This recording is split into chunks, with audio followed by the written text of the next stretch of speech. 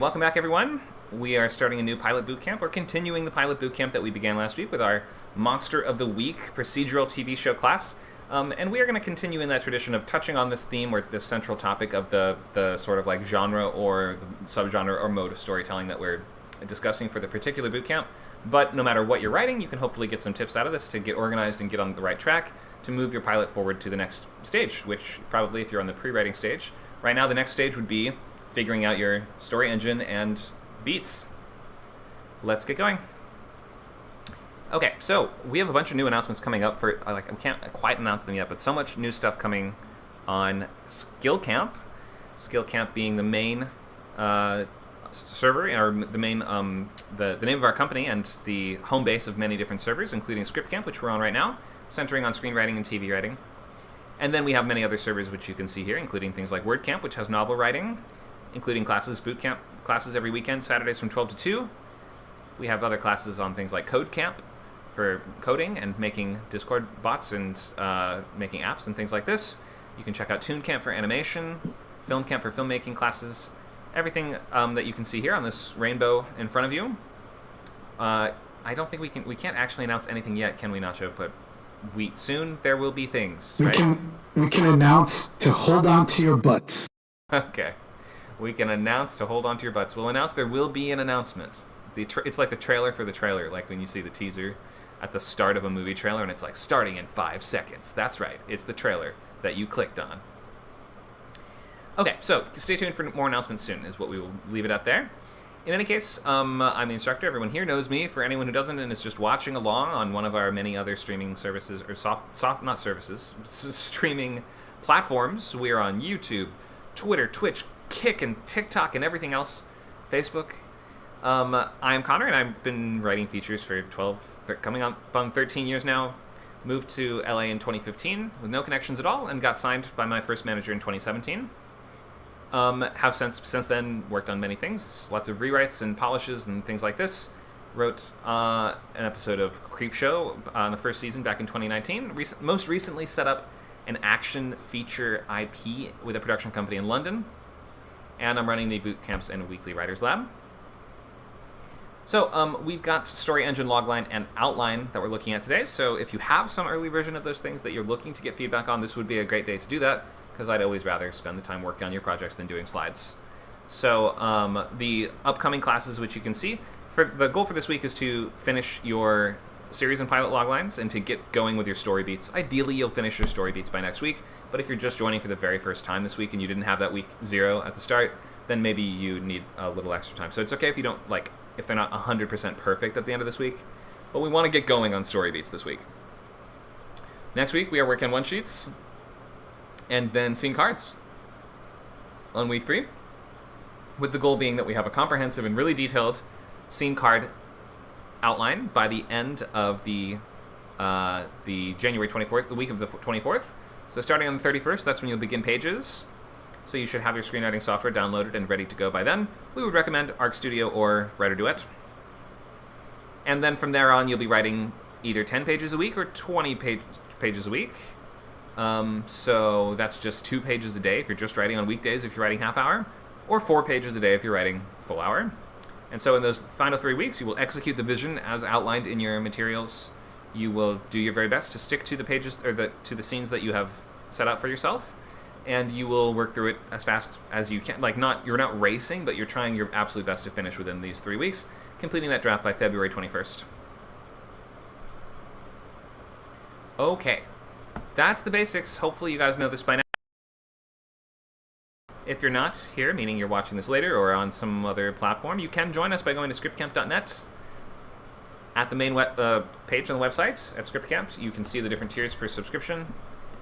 You can sign up here for unlimited membership, which includes access to every class, every workshop, every lab on every server. It also includes access to video library, which has recordings of all previous classes. We have huge discounts on consultations and proofreads, and you will also be getting 100 script coins a month, which you can use on certain prizes and events like readings and things like that of your scripts, or you can use them to incentivize others to read your script and give you feedback. So there's plenty that you can see here, plenty of features that you get with your subscription. We hope that if you're not subscribed, you do sign up soon, because we'd love to have you in the full boot camps If you're not in the full bootcamp, you can still come to the week 0 and week 1 of most of these classes, and we have been known sometimes to open a week 2 up to the general public, but for the most part, week 0 and 1 are those previews. So bring your friends. We hope to have a big group for this run of TV and Pilot Bootcamp, or Pilot and Feature Bootcamps. So to begin with, maybe we'll just start with a quick check-in. You can tell us, were you here last week, or are you brand new to this? Is it your first ever TV bootcamp or something like this? What are some of your favorite shows, or something you're trying to write? Maybe favorite genre, favorite TV writers or showrunners or something like this? Feel free to just speak up and tell us about yourself and what you're working on, what skills you're hoping to build, or what you're hoping to write. I just gave you like a million options of things to say. Feel free to speak up and tell us about your goals or ambitions for this course.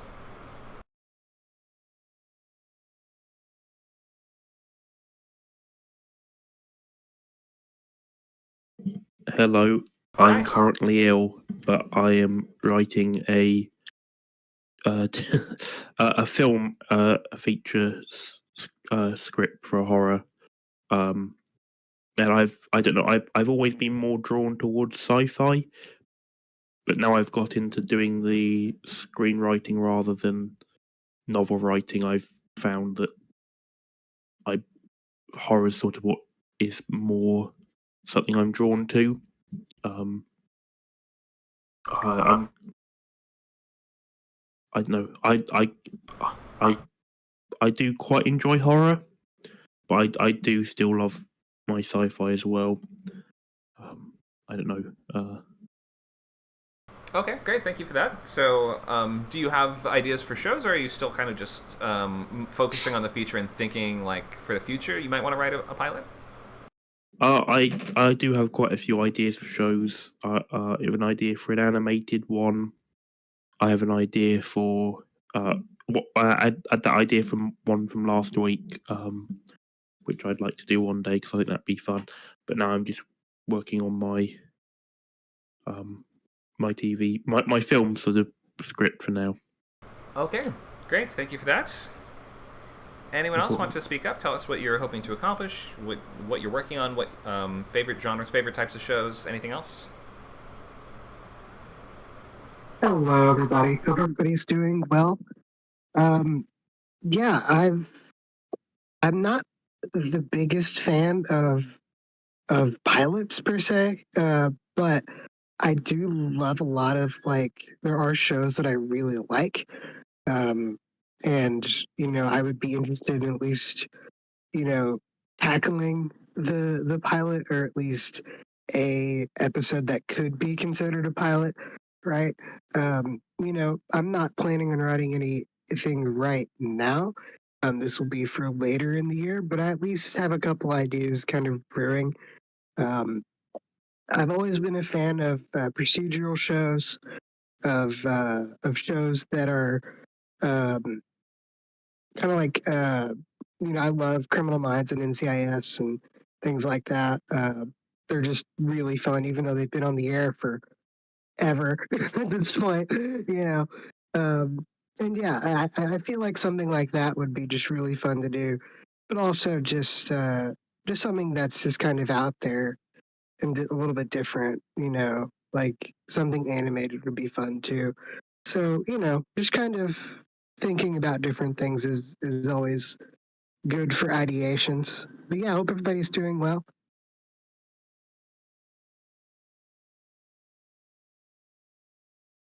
We're talking procedurals mostly in the sense of this Monster of the Week thing, which is not usually tied to, and like the acronym shows. Like I don't think there's one of those where they hunt monsters, but those are their own kind of Monster of the Week, their own Murder of the Week, Investigation of the Week, Crime of the Week. So they all share a lot of DNA in these different genres. Anyone else?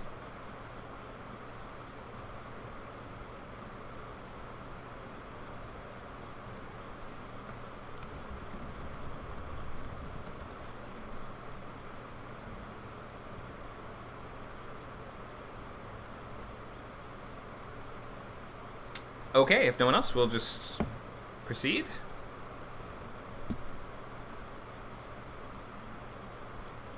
So, week 1 overview. We're starting with Story Engine, looking at problems and ways to fix them in story engines. And then time slot and format, quick recap. TV genres, again, quick recap. We're mostly spending this time today on story beats, 30 minutes first 1 hour pilot, and then, of course, workshopping your log lines, show ideas, premises, and things like this.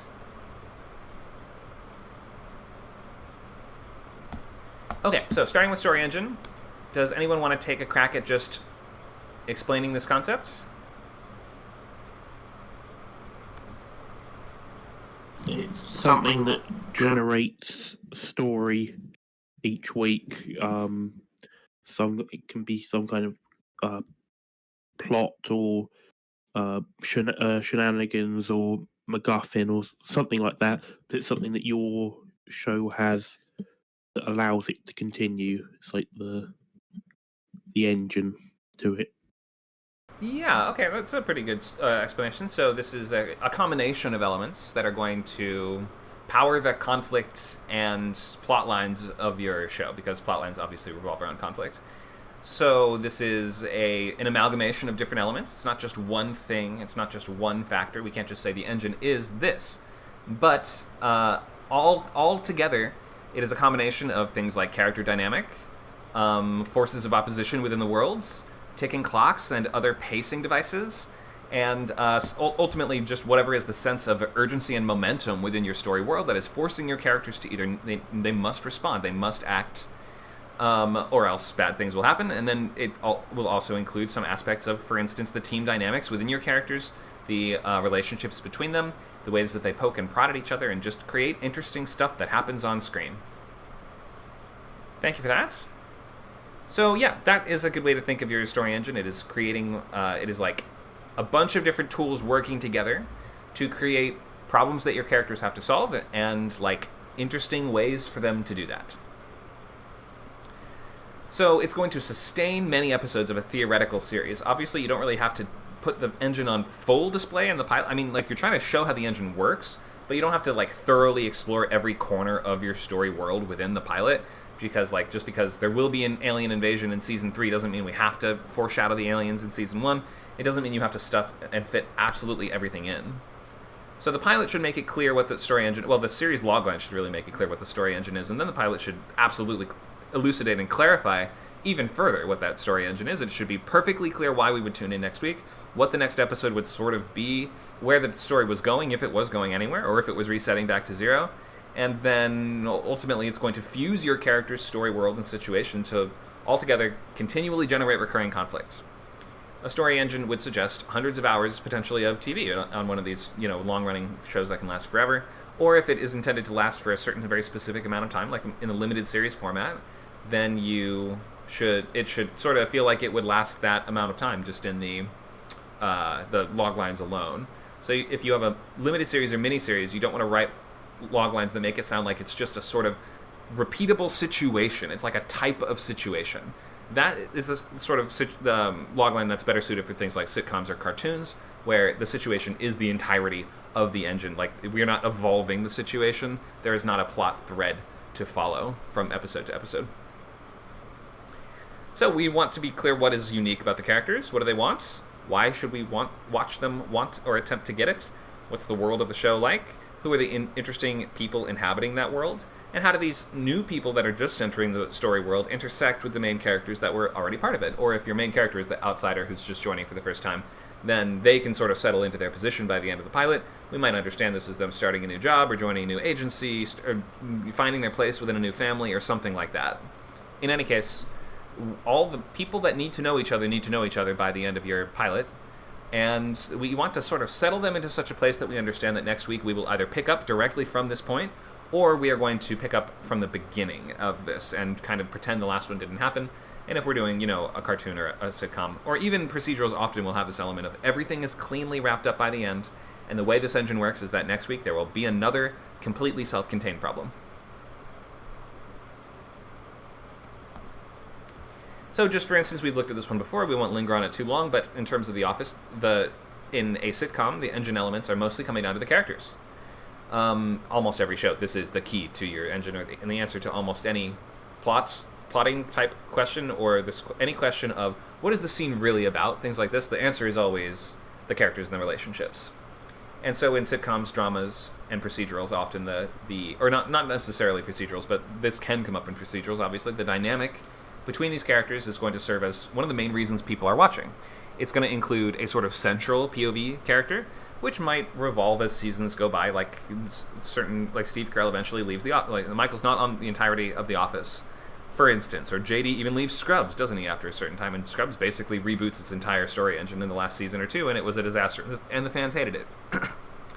In any case, we have Michael as our sort of central character for the most part in The Office. He's the flawed protagonist with a persistent goal, the goal being basically increase sales and keep the office running smoothly. And when it comes up, then, win awards for his office and perform better than the other branches, and those basic sort of elements of business and competition. His incompetence, awkwardness, and desperate need for approval, however, those are his key flaws that continually cause problems that must then be solved. So having characters that do not have apparent flaws is going to lead to a very stagnant feeling story engine. Flawed characters are going to be one of those absolute keys to the central dynamics and how this sort of narrative works. We have Jim and Pam. Jim and Pam are two separate characters, obviously, but their romance and the progression of it makes a big part of the spine of the recurring story throughout the early seasons, at least. I know they do get married eventually, which sometimes is considered, sitcom poison, because once they actually get together, then we lose all that great kind of dating, flirting, kind of like early stages kind of stuff that people love to see, and many believe that when they finally get together, the show's dead. But you can see how much great drama that we get, or not necessarily drama, it's funny, but like how much great story stuff we get out of just Jim and Pam together. And then, of course, Jim forms that sort of secondary protagonist sort of role, wherein he's sort of more the audience insert kind of character that we're supposed to relate to and sympathize with more, whereas Michael is sort of the buffoonish, clownish kind of, basically the antagonist, but he is also sort of the central character. It's a little bit complicated there, but in any case, they share the same goal of continue working at the office and running it smoothly to the best of their ability, but it is Michael's flaws that often get in the way of that. Then on the other hand, we have Dwight as the sort of additional antagonist that usually forms that opposing force to Jim in his plans. Not always, obviously, sometimes they're paired up together. Or there's that really great episode where Dwight gets in a car accident and gets like a head injury, and so he starts acting super cool and normal and makes friends with Pam the whole episode. Like, there's all these kind of ways that you can pair them off separately, and that's one of the best ways to just get interesting stories out of sitcoms and any ensemble show is you ask, oh, what if I paired these two together? What if I paired these two together? They don't have anything in common. What would they talk about? How would they get along? These two hate each other. It sure would be interesting if we stuck them in a space shuttle together, and now they have to figure out how to land it.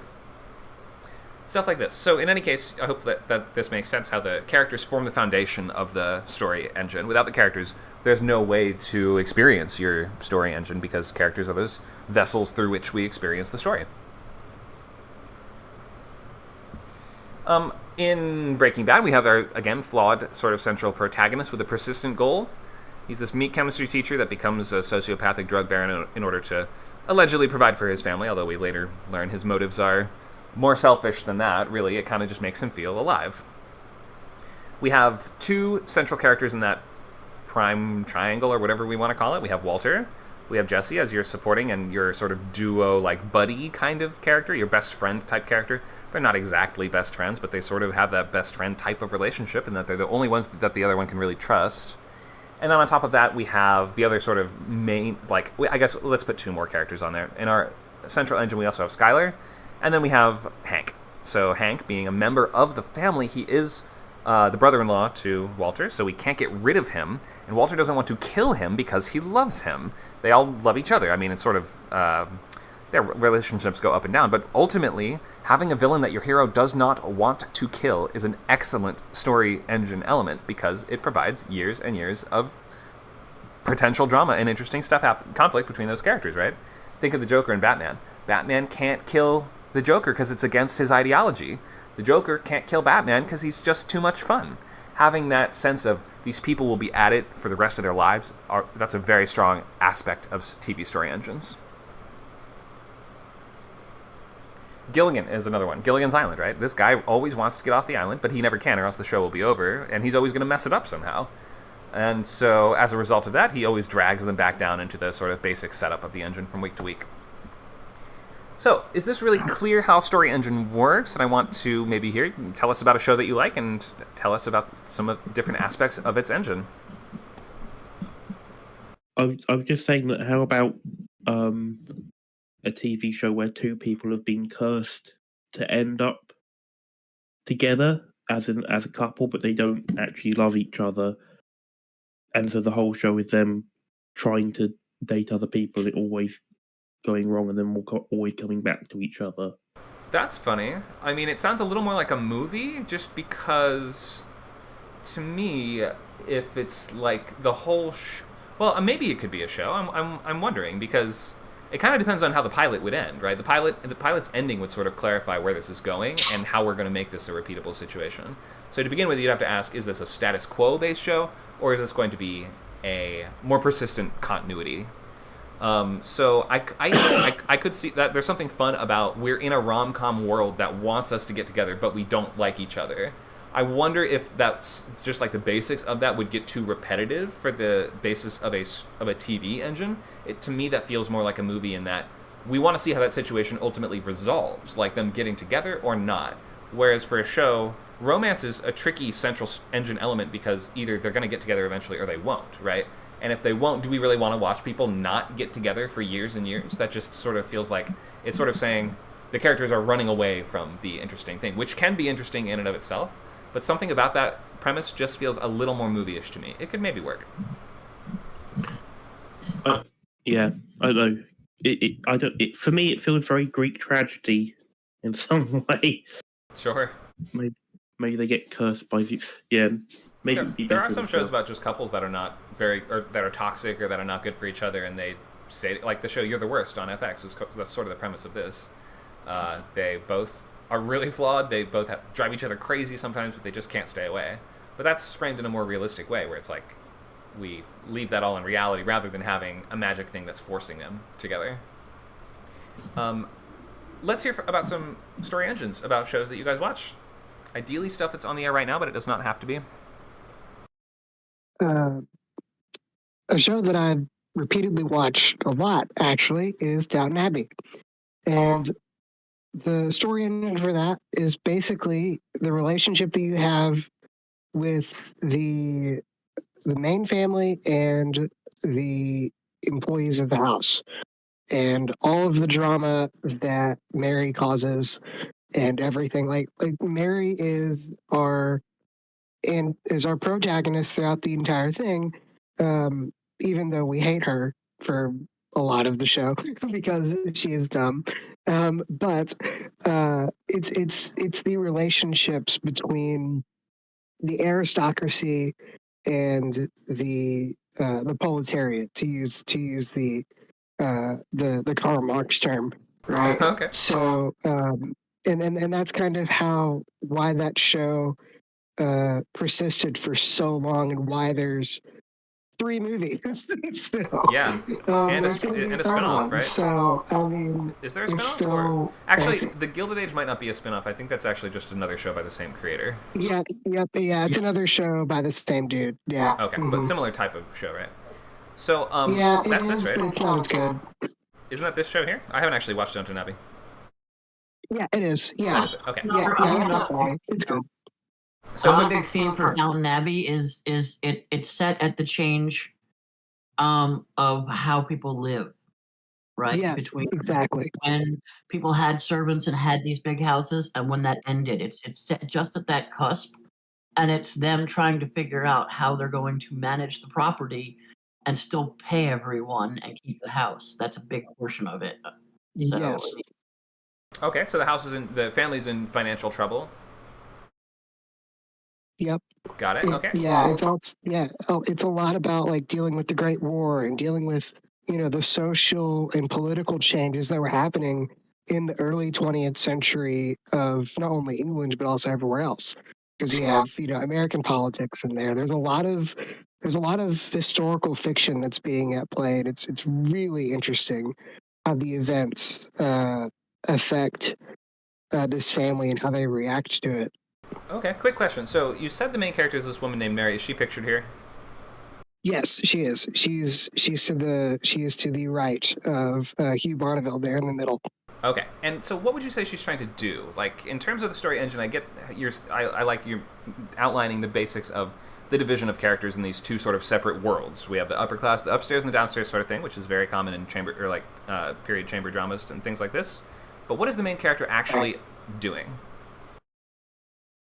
So, go ahead. Go ahead, Megan. Go ahead. She's trying to keep the house in her family's possession because it's entitled onto a male heir and he does not have one. Okay, so she's at risk of losing the house itself. Go ahead. It's a huge thing. Right? Downton Abbey is their house, and it's her house. She feels, as the oldest that she's entitled to it, but because she's not male, they stand to lose the house when the Hugh Bonneville character passes. Ah, okay. Starting to remind me of another show a little bit. But in any case, so she is trying to save her house or her family's like station and position, basically. Well, their station won't change, but their possession of the house will, and the title that goes with the house. Oh, right. Well, yeah, and losing your house would obviously be a huge blow to anyone, but like it is a representation of their status, and I'm sure it has those deep familial ties and things like this. Mm-hmm. Okay, so she's trying to save her household, basically. World War I, so you can see that there's this cusp in changing attitudes, right? Mm-hmm. As to women's place in the society and who will and won't inherit a thing. But I mean, that's been a huge thing in English literature for a long time. The house is going to go away and the women are going to be left with nothing. Right. Yeah. Great points. Thank you for that. Now I get a bit more of what the show's actually about. I've known about it for years, but I've never known actually what the conflict really was. And I'm guessing this is the sort of thing with a big ensemble, so there's lots of conflicts all throughout, but like, what is the main central person trying to do is like just an important question. And I know that does change over time, but for what we're making, for what we're doing, writing pilots especially, it's got to be just, you got to focus on that one thing. And write the story around your, like, start with the A story and then allow the interesting side characters to kind of blossom from that central story, but like the A is so important that I would make sure that's really clear and really at the forefront of that story before you start adding in a bunch of subplots. So in terms of plotting, make sure you understand what is the most important thing happening here. That would be a big tip. And then, of course, not just knowing what is the most important, but then spending the most time on that thing. Like, if you have a really clear central protagonist, we should spend at least 60% of our scenes with them, I would say. They can be in every scene, but like they should be in the majority of scenes. Anyone else tell us about a show you like? How does the engine work?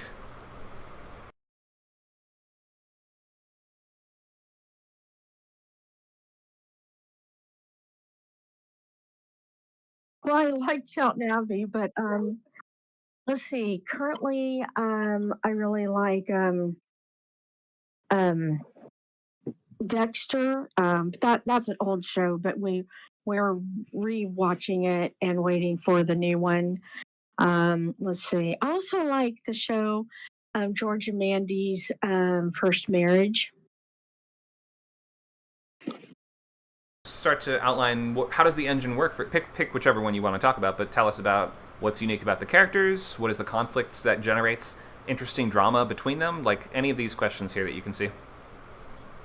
Well, okay, I guess we'll do Dexter. There's fewer characters, I think. Okay, so what makes Dexter unique is that he's a sociopath, and he is a serial killer who kills other bad people that I guess he thinks are worse than him, but he has quote unquote a code that his adopted father taught him, and so he's able to control his impulses. He's also a blood splatter expert, ironically. And no one knows that what he does until the very end of the series. Okay, so a big part of the engine is the conflict generated by him trying to keep his double life a secret. Would you say that's the case? Yeah, that's it. And he even gets married and has a kid.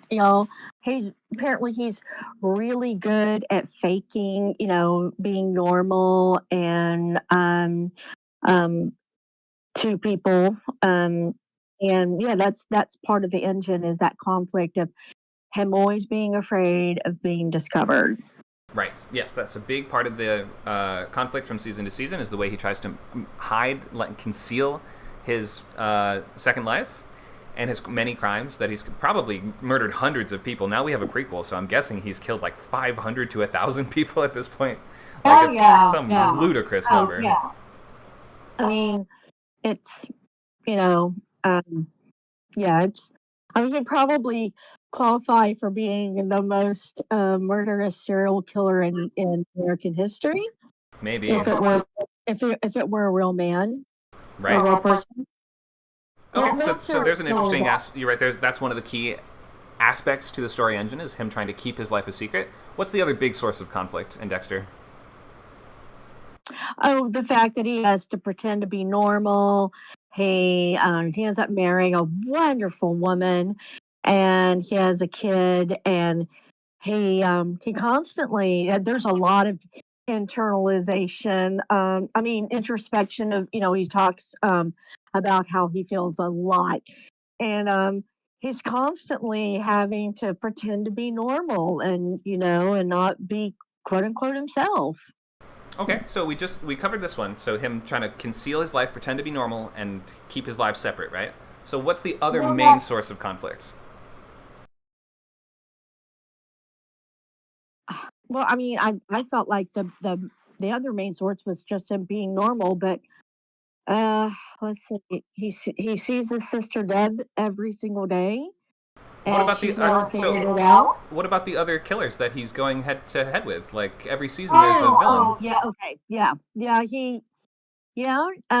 The other killers that he, there are a few that almost get him.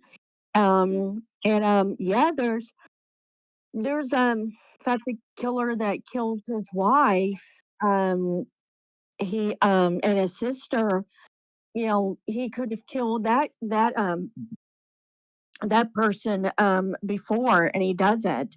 And the fact that killer gets away is what leads to his sister being killed and his wife being killed. Are you sure you want to drop huge spoilers for the show? These are like massive spoilers that you're dropping left and right. Oh, sorry. It's okay. It's been off the air for a while, so maybe we can say it's past the expiration date for spoilers. But in any case, so yes, we have two main sources of conflict. One is the main character trying to live a normal life or maintain the facade of a normal life.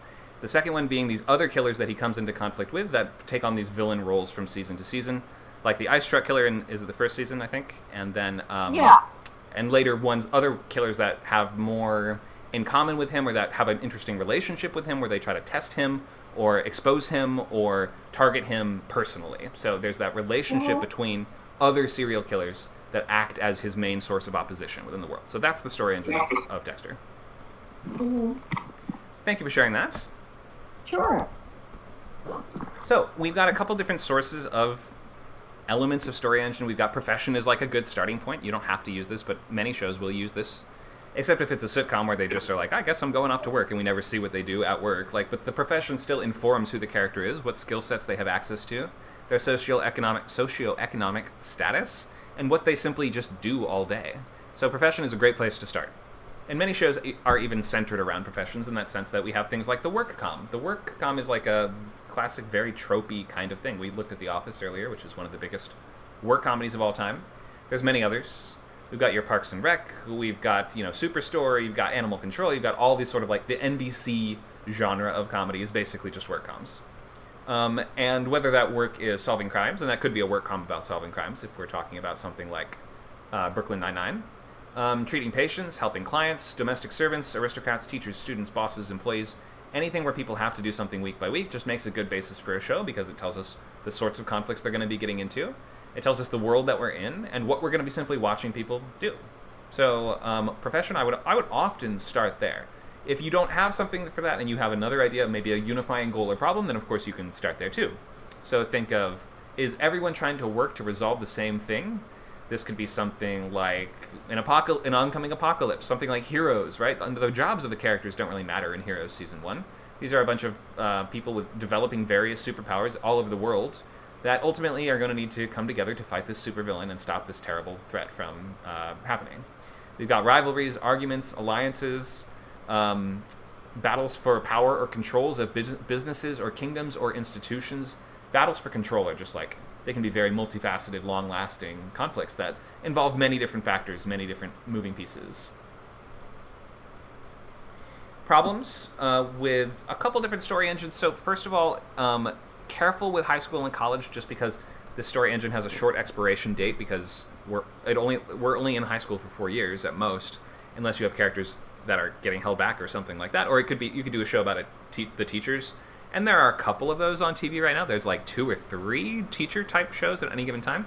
I think I know them all. There's one called English Teacher on FX. There's one called Abbott Elementary. That's on, oh gosh, help me out. Is that on NBC? And then there's at least one, AP Bio is on for at least 4 or 5 seasons as well. That I think was on CBS. It's not multicam. For some reason I think it was on CBS, but now that I'm remembering, it might have been a different network. Somebody let me know. In any case, there's a couple teacher type shows on at any given time. There's a bunch of family type shows. In terms of family type shows, when you're making your dynamic, does the profession tie into the family dynamic in some way, especially if there's like a family business at play? That can be really useful. Think of something like a music empire or a crime empire, like The Sopranos is like a family drama mashed together with a crime drama. It helps to be able to combine the family drama with stronger procedural story engine elements sometimes. You don't have to do that, but that's just a good option.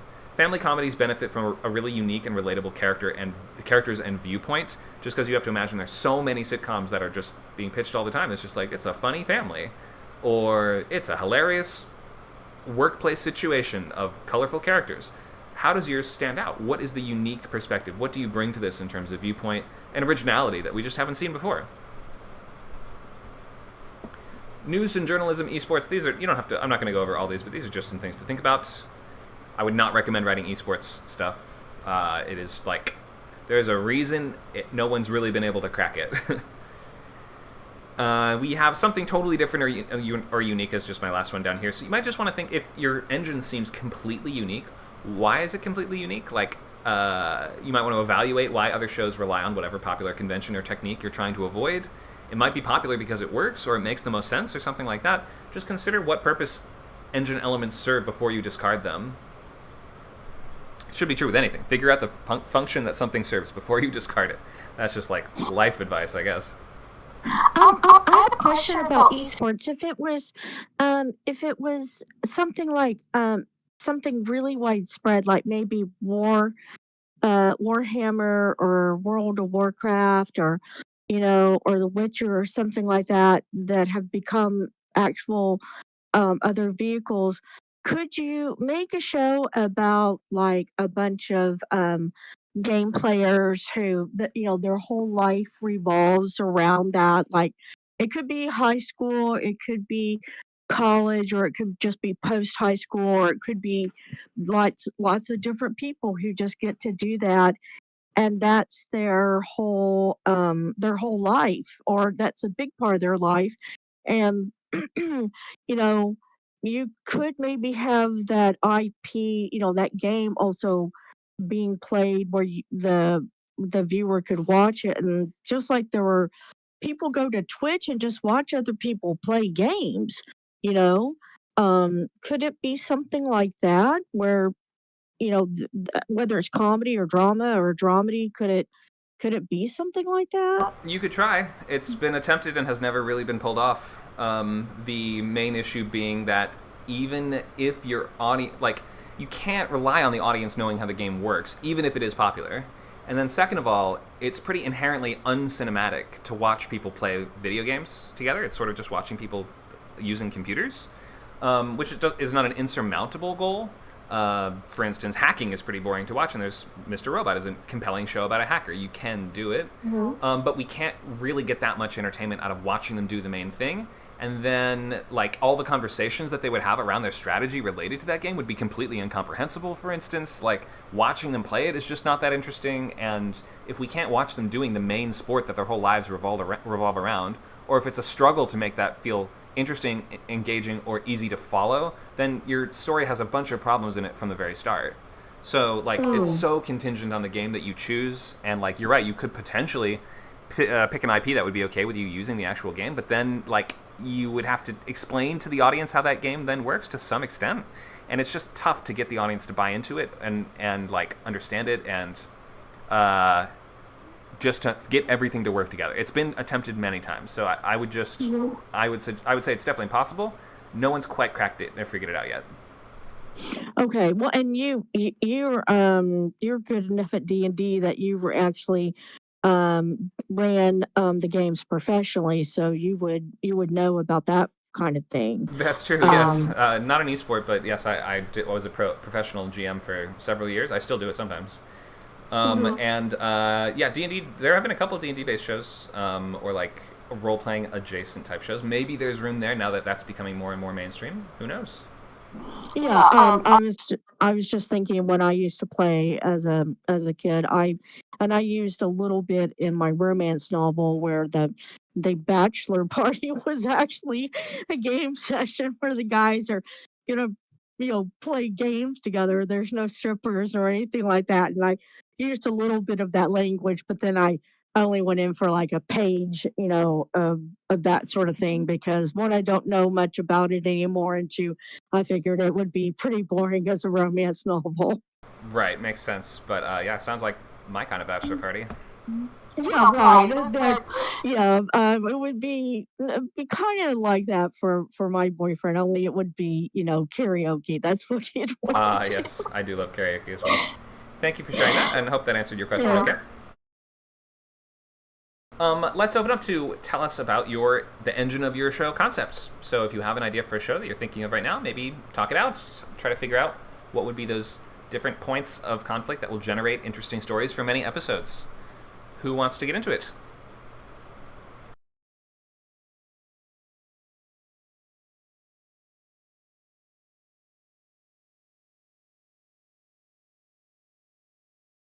Okay, say that again.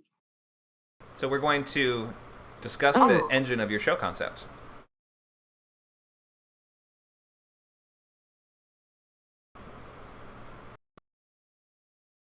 Are you still here, IB? Yes. Okay. Well, you mentioned having some show ideas, so I'm gonna volunteer. You're being volunteered to speak about yours. Do you want to pick one of them and get into it? Okay. Well, we did the one last week, so I may as well do the other one. Yeah. So how do I describe it? So the pilot is an SAS raid. This is animated to be animated. It's an SAS raid, and they extract a high value target, and they think they got out scot-free, and then the main character is shot and killed, and he wakes up in the afterlife, and he's told that he has to be part of a group that go into dreams and try and sort out people's sort of emotional problems through their dreams. Okay. And you have each person will have a different role. It's usually what happens when you go into dreams in this world. Demons can get you if you're dead, and so he's hired to defend the group from the demons. And his whole thing is he wants to find out who killed him and why, but they won't let him. They just want him to do his jobs in the dreams. And what is the rest of the group doing? They're doing like the emotional support stuff of the people. There's like soothing people who are grieving, who have lost.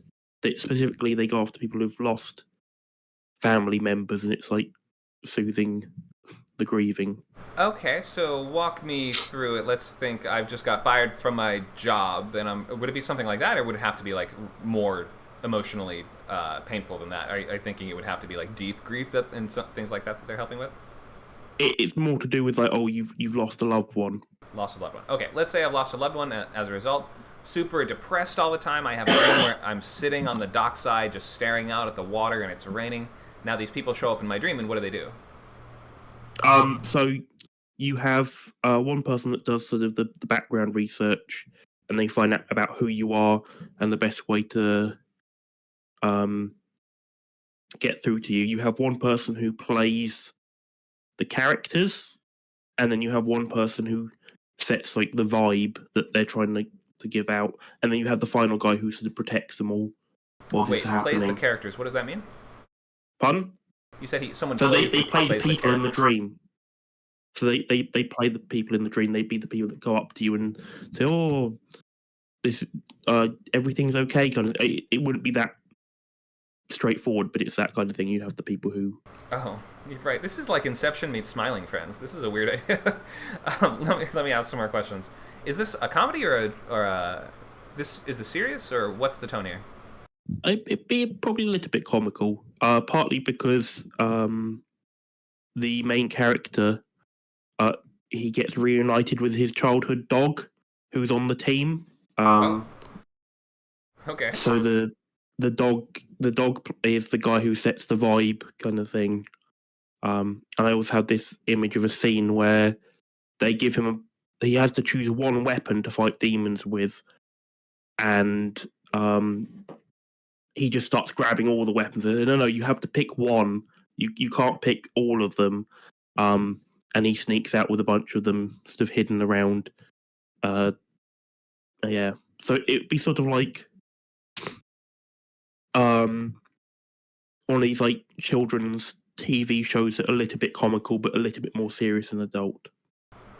A children's so it's an animated children's show. I didn't quite grasp that. Sort of. It would be a little bit like Smiling Friends kind of thing, but a bit like Adventure Time, a little bit like Smiling Friends, that kind of thing, you know. Okay, like an Adult Swim show, sure. Yeah. Quick question. So, in terms of your story engine, though, it seems like you picked a main character that cannot do the main hook of your show. If his job is just protect these guys from demons, he's not interacting with the dreams. Is that right? Not at first, but I think there's going to be something that happens where he does have to step up. And the main thing is, after a while, he gets to the point where he's like, well, I actually don't care anymore who killed me. I just want to comfort my son, because he's got a son that's in the real world, and he wants to be the one to have the mission to comfort his son. And then he's like, well, once I've done that, I can move on to the next life. Oh. Okay. Is that like the pilot? No, that's not going to be the pilot. That's going to be later on. Okay. I think the pilot would just be introducing the fact that he's died and the concept of the dream stuff. So wait, anyway, take me back into the. So I'm sitting on the dock in my dream. It's raining and I'm staring out at the water. And then do the dream people show up in a boat and they're like, "Hey man, don't be scared. I'm here to help." That sort of thing. No, it'd be like you go to sleep and you're having a dream, and they go in and they're in your dream. So and it would depend on what kind of person you are, how they do it. Like if you were a very direct person, it might literally be that they turn up in a boat. Go, "Oh, hi there, friend. We're here to help you. You don't have to feel bad anymore." But if they're like a little bit more of a subtle person, it might be like, oh, they set out these grand like stages, and you walk through and you're seeing all these things, and you start realizing, oh yeah, actually things aren't so bad. I do know that I've got this in my life and that in my life, kind of thing. So it would depend on who it is to each week, kind of thing. Oh, okay. So it is like Inception in the sense that they have to figure out the specific way to get through to each person. Is that right? Yeah. Got it. Okay, I think I'm starting to see it. I think I'm starting to get it. The whole like the fact that you're saying the main character is mostly trying to figure out who killed him. Isn't he a special forces soldier who kind of knows who killed him? He was on a dangerous mission. No, but that was it. They get out. They get out as they think scot-free, and then their whole team is killed. and they don't know like they've been betrayed, but they don't know who they've been betrayed They've by. been betrayed. Okay, I missed that detail. So that is something that you would have to look into. It would be a mystery. But it's there's not a mystery if you're a soldier. You go into the mission and you're killed by the enemy. You're saying it was not the enemy. It's not the It enemy. was not the enemy. Okay, got it. That is a big difference. But so go ahead. Yeah. But the other thing is, the organisation that runs this afterlife as a service, they're pretending to be official when actually they have no idea what's going on either. And they're doing this to try and keep everyone calm because they believe that I don't know. It's this idea that they believe that actually there's oblivion after this, and they're trying to stop people from finding out that actually this is the best it gets. They believe that's what they think. Oh, this is the best it gets, and so they're giving people jobs and pretending that if you do these jobs, eventually you will get to like the afterlife. But actually, they have no idea, and so there's this big conspiracy theory that so the main character ends up finding there's this conspiracy of the higher ups are keeping us away from the afterlife, and he but then eventually finds out. Oh, wait a moment. There is actually they don't have any idea either, and then maybe he decides to like do something. I don't know. That's it. Just a thought. I would wonder if that kind of makes it unclear why any of this matters, though. Like, why are we actually You're sort of saying it doesn't matter. We're like we don't even know why we're doing this job. Yeah. Well, okay, that's a problem for a story engine. Go ahead.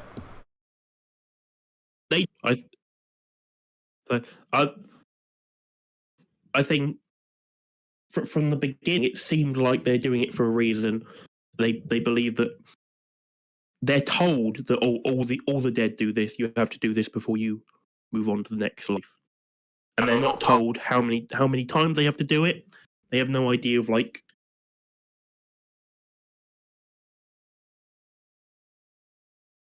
Are you still there? I think we lost him. Unless we lost me. Can you guys still hear me okay? Is anyone there? Yep, we can hear you. Oh, I okay. can Hello. hear you. Thank you. I think IB dropped out. Sorry about that, man. If you're able to... So they don't panic. Whoa, there you are. Can you hear me, IB? Oh yeah, you cut out. Yeah, I was just noticing that. So I think I lost the last minute or so of you talking if you were speaking. Sorry about that. I apologize. Okay, so just let's start just looking at things to work on to get this engine fully working. So to begin with, I would think more in terms of the pilot itself, because you're mentioning these things like these big twists for later down the line that you just won't get to pay off in writing the show. So I would focus mostly on what would be those interesting things that we could learn within 1 hour, or even half an hour if you see it more as that half hour. And for the most part, in wrapping up your main character's A story, like, you might want to consider, do we discover the answer to this question, who betrayed us, or do we move on, or like find a way to resolve things with his son by the end of the pilot? Because those feel like the most important and interesting things that your character is, or most personal things that your character wants to do. And if you just say, well, that's all down the line, then you just won't get to do some of that most important stuff in the only episode that you get. So I would think I would orient it around one of his main goals like that. Go ahead. Well, I'm thinking that maybe in the first one he would find out who killed him. I think maybe what might happen, something goes wrong, and he's not supposed to be sent into this person's dream, but that's it. So the other group, he has to go and save another group because they've been attacked by demons, and their like point guy. I'm not sure the official title of whoever defends them, but their guy is being killed, and so he has to go in there and defend the team. And while going into there, it's the guy who betrayed him. He goes into their dream, and it was his best friend, and his best friend is grieving the fact that he had to kill the main character. I was going to say, that's sort of a funny way to do it, but you could always do, like, team, we just got a call on the hotline. There's this guy that's really sad about betraying his best friend and shooting him in the back on a special forces mission. So we got to get out there and cheer him up stat. That feels like a Smiling Friends plot. Okay, so yeah, I would think we would want to go into the dream of that villain or that whoever that betrayer is, because we want to connect this idea of, like, we don't want it to be a story that could happen not in the dreams. You want to make sure that everything is actually feeling like it's taking advantage of your premise and really, like, using your premise to the best extent that you can. So that's why initially I was even asking, like, if he's not even doing the dream stuff, he's just shooting demons, then does this need to be a dream travel type show? But I think... Well, go ahead. Yeah, sorry. No, so I was thinking that it would start off with him being like doing that, but then it would change. Sorry, you continue. No problem. So yeah, so that makes sense. So this really is the story of this guy, the special forces guy, becoming a dream wizard, or whatever we want to call him, a sleepy wizard. There's already a show called Sandman, but something like that, right? So and it just happens to be that his on ramp into that is starting off with what he's good at already, which is shooting stuff, I'm guessing. Yeah. Though the only thing that I'm worried about is the more I talk about it, the more it does sound like Inception. Well, you could give it a very different tone if you want. Like, Inception's not funny at all. Like you mentioned, this would have that kind of Adult Swim kind of sensibility to it. So I would say pick some things to do differently. Maybe Inception's sort of like sci-fi-ish, right? Maybe it's more fantasy-ish. Maybe you go into dreams by reading... I mean, you're already having ghosts go into people's dreams to make them feel better. We're already in a very surreal kind of... It could be a cartoony, funny fantasy type world. I would make things work differently than they do in the movie. I was going to have the worlds a little bit more colourful and surreal. Sure. So it was like the original part when he's special forces. I'm going to have it like, I want it in like very dark colours, very angular and sharp and sort of very gritty. And then as soon as he dies, it's like a very Wizard of Oz kind of thing, and it becomes sort of very colourful and bright and the more smooth and not so angular. And maybe he stays angular until he resolves, but as the show progresses, he gets more and more round. He gets more round. Oh, you mean? I guess you mean like the lines that are used to draw him, just that his general like shape changes and to reflect his attitude changing too. Yeah. Got it. Okay, I can see it. Yeah, it reminds me a little bit of the beginning of one of the Duke Nukem games. Kind of starts like that. It's like you start in these really like boring gray hallways shooting like really repetitive soldiers or whatever, and then at a certain point you like burst through the wall and there's lots of colorful aliens and stuff, and it sort of highlights that transition, like the Wizard of Oz style. You know, we go from the sepia world to the color world to showcase the contrast between them. There's lots of interesting stuff here. My recommendation would be make it smaller. Like don't keep adding stuff and adding stuff and adding stuff. Rather, like try to stick with what you have and dig deeper into the rules, systems, elements, and characters that you already have. I would avoid the temptation to keep adding more rules to make up for other rules, or adding other groups or other factions or other characters. Like keep this as limited as you can, and it'll be easier to pull this off. Okay. But nice concept. I'm intrigued by the basics. I don't think it's too similar to something else. It sounds original to me. Yeah. Go ahead. Thank you. I think as a pilot, I am going to keep it very basic. But do you think as the show, it's very unlikely that it does become a show. If it did become a show, would you think widening it out a bit would be okay? Oh yeah, of course, definitely. And you know, depending on if you're going with more of a continuity, like what kind of continuity format you're going with, if you are using that premise-based format where, you know, it's like a long movie, things change from week to week, then we actually expect the premise to evolve more over time or between seasons. But in any case, yeah, for the purposes of a pilot, just don't hold back on like the most satisfying possible story you could tell about your main character. Like that's what your A story in your pilot is really for. It's for drawing us in by showing us this awesome story for the A lead that ends up having a satisfying, self-contained payoff. Okay. So give that some thoughts. Keep working on this one. I like the basics, and thanks for sharing. Any questions on this, or ideas of where you, or like something you want to ask about where you might want to take it? I don't think so. I think the only issue is it's working out how to do like color stuff with animation, like how to describe color stuff in a script, because I have like a very specific way of looking that I can see it, and it's the black and white and things like that, but I don't know how you would talk about that on the script. You mean the colors of the environment or the characters? Everything? As I say, because like at the very beginning, everything's like black and white, and then when he dies, it all becomes colourful. So it would be. So, you can do that pretty easily. That you're just describing you would.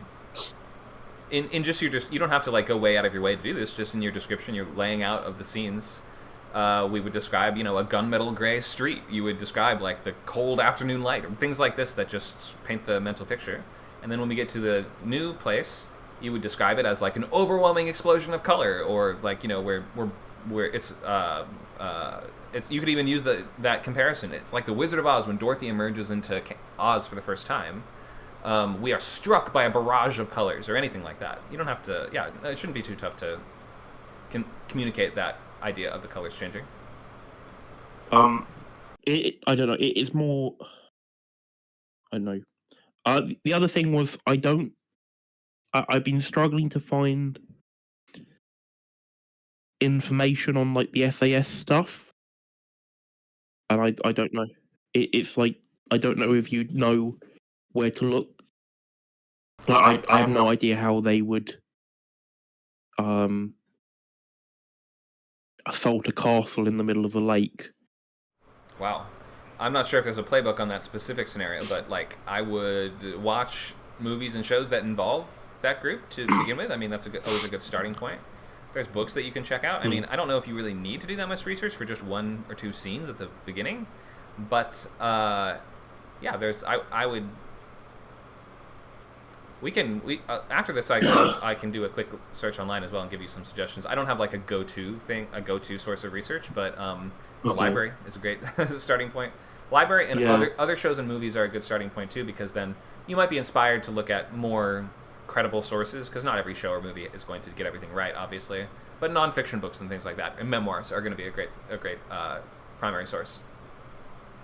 Yeah, it's just because I originally wanted them parachuting in, but I looked around for videos, and all of the parachuting videos I could find, it seemed that they were they wouldn't drop directly into combat. It would be what's the word?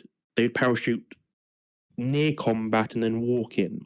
Yeah, I think it's usually a better idea because you're very vulnerable when you are drifting down, so you don't want to drop directly into combat. But at the same time, it's this idea of if you're trying to get on top of a castle and there's no parachuting would be. You're in a cartoon, so I think we're in a world where the audience is going in with a much broader suspension of disbelief. I don't think anybody would watch a cartoon and be like, "That's not how SAS tactics work." I don't know. Somebody would, but it's partly because I want, if I make the real world as realistic as possible, then there's more of that juxtaposition when I go into If the real world's supposed to be as realistic as possible, why are you opening it with an assault on a castle on a lake?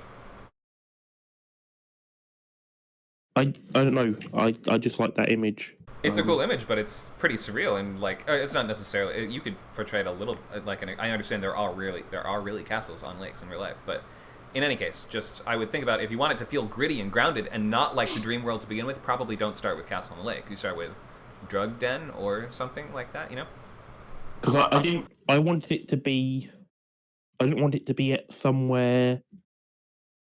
What's the word? I didn't want it to be urban. I wanted it to be sort of out in the middle of nowhere. Okay. And so it has to be some kind of castle, and I also quite like. It has to be. Wait, why does it have to be a castle? Well, if it's out in the middle of nowhere, it can't really be. It has to be something like a mansion or a castle or a fortress. I feel like it can't just be like a set of warehouses, because they're going to be in the city. Did that make sense? Well, there are warehouses in the country too, and there are other options. Because I don't think castle's the only option, but in any case, you could still find a way to make it work. My suggestion would just be, if you want to start this with grounded, gritty, real world, Castle on a Lake feels like something from a dream. Like that already is starting in this sort of heightened, surreal kind of place. Anyway, you can do some more thinking about the specifics of the pilot, but does the engine sort of feel like it's working and clicking and making sense for you after we've asked all these questions about it? I know you're sick, sorry. That's okay. I think, I don't know, I think the engine, it does work.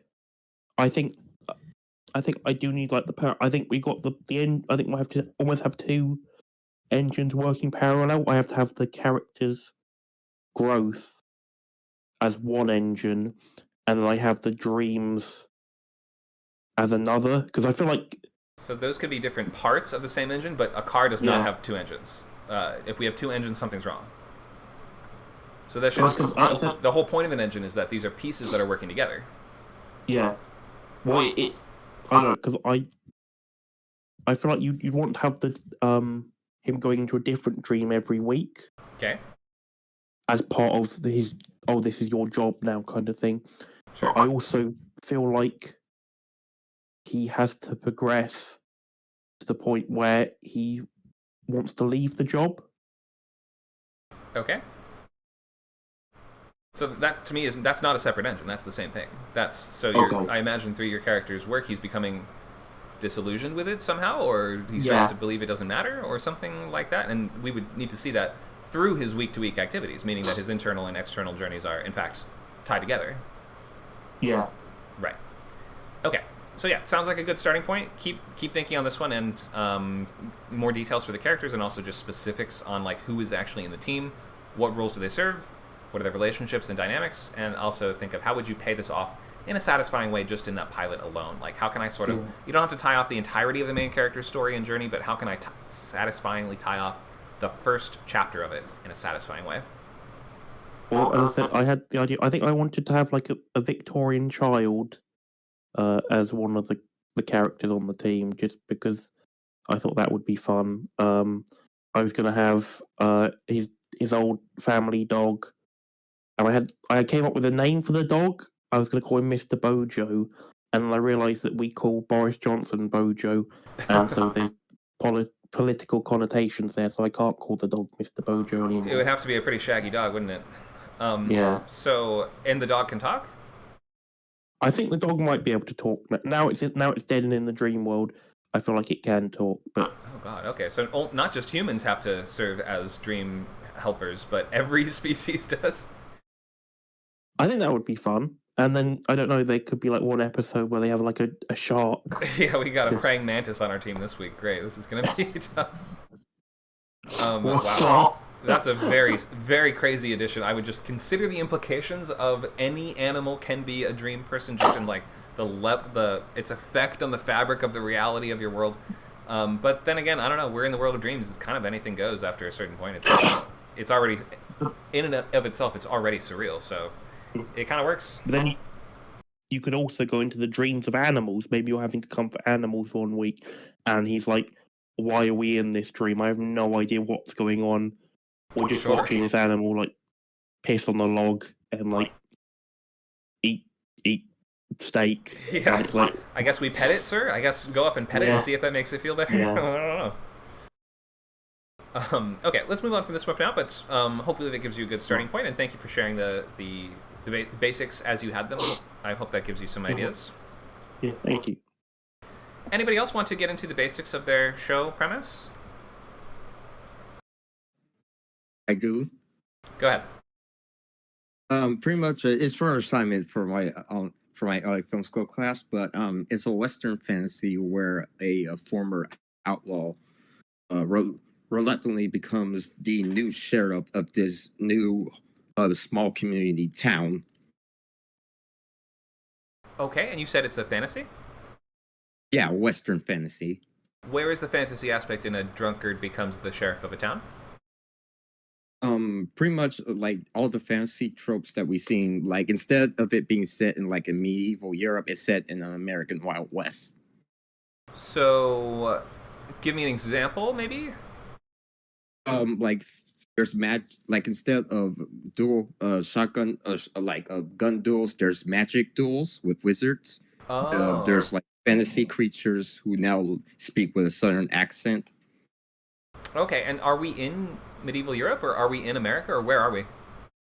America, like America in the Old West, but a fantasy, like a high fantasy take on it. Okay, so are there guns? Yes. There are guns, so it's not wands instead of guns. Or there's wands and guns, No. you're saying? Yeah, it There's both. could be. Like, I'm still trying to figure it out. Oh, you're still working on it. Okay, that's right. So just trying to figure out the very basics. Okay, so we are in a fantastical version of the Old West. Your main character, you said he is an alcoholic, or like is he sort of the town drunk sort of thing, like a real screw up that everybody... An outlaw. Oh, No, an outlaw. a former Did I hear- outlaw. maybe I heard wrong. An outlaw who's been recently released from prison after his gang betrayed him. Oh, okay. My mistake. I definitely heard alcoholic somehow, but you said outlaw. Okay, so he is an outlaw. His gang betrays him, which puts him in prison? Yes. Okay, and then years later gets out? Yes. Okay, so now he's out years later. Why is he out? Is it because he escapes or is let out, do you think? Or he serves a sentence? Or what's the deal? Yeah, he serves his sentence. He serves a sentence. Okay, so he's ready to be reintegrated back into society in theory. How is it that you think he ends up becoming the sheriff? Any idea? Probably a gang war where he gets into a fight with gang and the people see him as this like hero or whatnot. Oh, okay. So he goes to this would have to be a different town, probably, right? Yes. Okay, so he starts traveling. Is he looking for revenge, do you think? Or has he moved on? He sort of is looking for he's looking for revenge. Yeah, he is looking for revenge. He wants to yeah. Okay, Yes. got it. And do you think that's his main motivation? Like that is what's driving him and keeping him going day by day? Because that would be pretty tough to pursue as a sheriff. Yeah. Unless you could think maybe do all the people he wants revenge on all live in the same town that he could become the sheriff of? In which case then I could easily see how it's like, oh, I'm going to become this corrupt sheriff that's going to root out the people I want revenge on and murder them all, basically. That works for me. That's pretty cool. What do you think? Well, I was working with a partner with this, and he thought of what if the gang that betrayed him at the end of the pilot comes into town. Okay, that should not be at the end of the pilot. That is like one of your best story and most personal story elements that you should, in fact, that should be like the midpoint. Okay. And then your main, because like, why would then you're saving all the best stuff for episodes you'll never get to write. You want that, like, if he's out for revenge and you have the opportunity to at least, he could kill the first guy, right? Like, he doesn't have to get all of them. But you could, in order for it to feel satisfying, we should feel like we accomplished the first leg of this journey. We got the first guy, or maybe I don't know, maybe they come into town, he has to find out a way to get them out, right? Throw them out of town. He's not able to kill them all, but he makes some clear progress towards doing that. Or now he's figured out where they live and now he's coming for them, or something like that, right? Like I would, first of all, consider how, if you become the sheriff, are you going to be able to pursue the rest of your revenge goal? Because the sheriff has to stay in the town. The sheriff can't just leave whenever he wants, right? That would be a huge problem if the sheriff was leaving to go do revenge quests. So in taking that job, he almost can't go out on a revenge quest unless the people come to him. So could it be something like this group of outlaws is now besieging this town and raiding them repeatedly? They're like the scourge of this town, and now the fact that he is the sheriff means that he will continue to get in conflicts with them over time. That would be a really good way to clarify how the story engine was working. Does that make sense? Yeah, I get you. So maybe that's how it works? It could be that they are residents of the town as well. Maybe they're in hiding. They're these outlaws, but nobody knows their secret identities. Because even in real life, Western outlaws had secret identities. Jesse James had a family, a business, like all this kind of stuff that was completely separate from his outlaw life. Maybe he would have to sort of reveal them or root them out and discover like where are they hiding. That could be a cool. That's something that I feel like only the sheriff could really do. So that would make sense why you have the sheriff character that's pursuing that as like the centerpiece of his revenge journey. Is like, I need to cut to the heart of this community that I'm in and cut out the cancer from it. Like find these people and blast them. So I would think a little more about just what are the villains actually doing and where are they in relation to what's going on with your hero? Are they the scourge of the territory? Are they the residents of the town? Are they soldiers in an army that's moving through or something like that? Because we can't set up a situation where your character either accomplishes the entirety of their goal in the pilot, and we don't want a situation where they accomplish none of the goal in the pilot. So that means you have to go somewhere in the middle there. Like, we definitively and satisfyingly accomplish the first step of this longer journey. So usually in a revenge list-based kind of narrative, that's going to be, we kill the first guy. It doesn't have to be that, but that is just a natural direction the story might want to go. Any other thoughts here? Questions or things you're still working on? I mean, obviously, we haven't even mentioned the fantasy. Yeah, I'm still. Go ahead.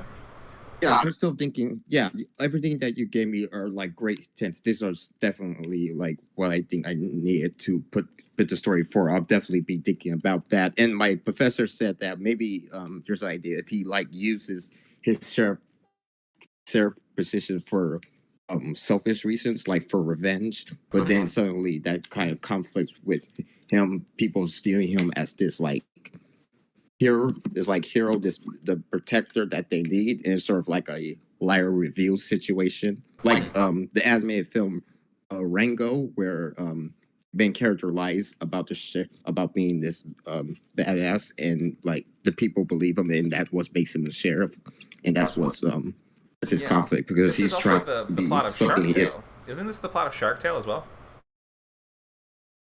Yeah, but I don't think nobody likes Shark Tale. Not really. It's not a Western, but I just mean in the sense of the main character pretends to, like, claims credit for killing a villain, and then as a result gets elevated. He becomes more like a celebrity more than a, like, sheriff, though. But I could see how, in a Western setting, we want the most badass gunslinger guy to be the sheriff of town, right? It's sort of might by right kind of world. So I can see it making sense. Yeah. Thank you. This is great help. Might help. by Thank right. you so much. Right by might. Might by right? Which is it? Right by might, I think. Anyway, so yeah, good foundation. I would think of a couple things to begin with. Also, this sounds like this could just be a Western, so I might ask what specific elements could only happen in my version of this kind of world. Like, if you have, I don't know, the villains are not just marauding the town, but they ride dragons or something like that too, would be a good way of amping up the stakes and utilizing something that only could work in your world. Otherwise, if it doesn't need to be in a fantasy world, just have it be in a Western, I would say. Go ahead. Yeah, that's kind of like the whole. I'm sorry, that's the what?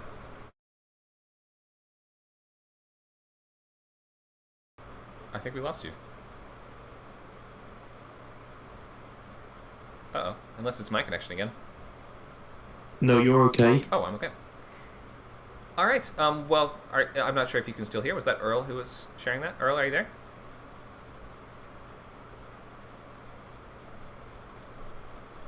Okay, I'll just write him a text message in the chat then. Okay, so we can do a few more slides. What? Does somebody have a question? Go ahead. I didn't understand what you said. That's why I said what. Oh, okay, we can do a few more slides, is what I said. So we're going to go into time slot and formats. Also, everyone, please make sure your mics are muted. Oh, Earl, are you there?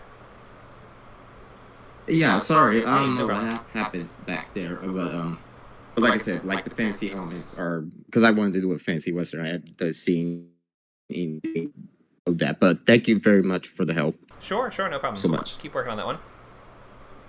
Okay, so reminder about time slot and format. Your options are either half an hour or full hour. I know there's exceptions, but basically for a portfolio of pilots, you want to have half hour or full hour.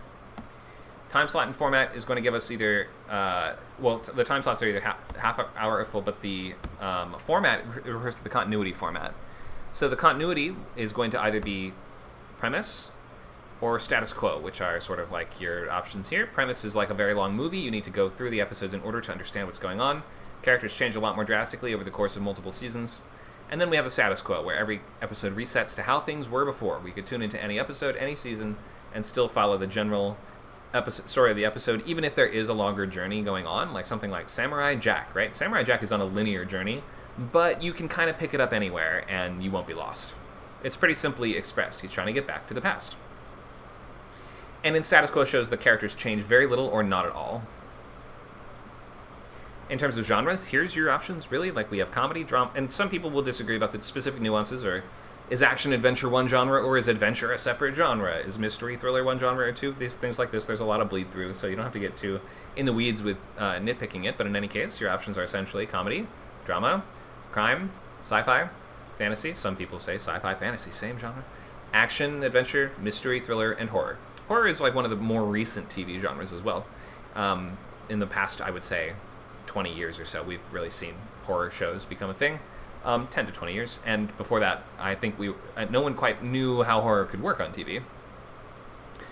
In procedural, which was the theme of the week 0, we are looking at usually police, medical, legal, or other institution. It doesn't have to absolutely be a job or institution, but it just makes a lot of sense. You could easily do some variation or subgenre within that. So, like, you could look at, what is it? I mentioned the show Animal Control before. That's kind of like a branch of law enforcement, right? So we could say that's a law enforcement procedural, but it's a very different take. You're policing animals, not people. Then we have animated, which are usually going to be half-hour, and comedy or action-adventure, but they do not need to be. And you don't really write this all that differently. There are some differences here and there, but in any case, for the most part, you just like write an animated show the same as you would do anything else. So we have loglines. I think we've talked about these a lot before. Series logline conveys the story engine, which we went into, the central conflict that will sustain many episodes of a theoretical series, unique characters, story worlds, or situations that promise many episodes. Whereas meanwhile, the pilot is going to be more like what happens in just this very first half hour or hour of TV. When or after inciting incident, an adjective protagonist must conflict before stakes.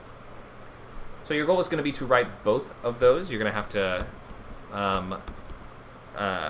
distinguish between series and pilot. So one sentence that is a general expression of either the description of the type of situation that the characters are running into in the show, something like this Blackish one. A black family man struggles to gain a sense of cultural identity while raising his kids in a predominantly white middle-class neighborhood. That is a type of situation. That is not one goal he needs to accomplish by this one time. Whereas Ozark is fast-talking financial advisor drags his family from Chicago to the Missouri Ozarks, where he must launder $500 million in 5 years to appease a drug boss. There we have our protagonist with specific skill set or tactics. We have specific location. We have the main type of action he's undertaking. We have a timeline. We have a clear and tangible goalpost. And we have an antagonist, like all built in. Protagonist, antagonist, everything. So that you can see is a show that's probably intended to last around 5 years. So your series logline should clarify what is that story engine, and is it the sort of thing that's going to reset every week and go back to 0? Or am I going to have to watch very closely to understand all the different moving pieces, factions, politics, and everything else that the world has to offer?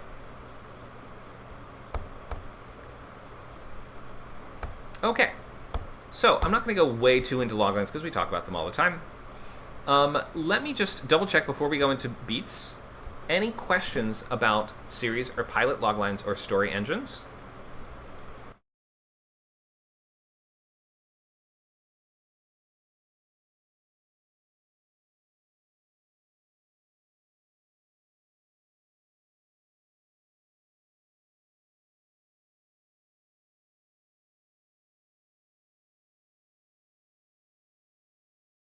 I realized my volume was off on the stream. So now I'm back. So let's look at act breaks specifically. So we're talking about structure now. We're going into story beats. What does it mean when we say hit the act breaks hard?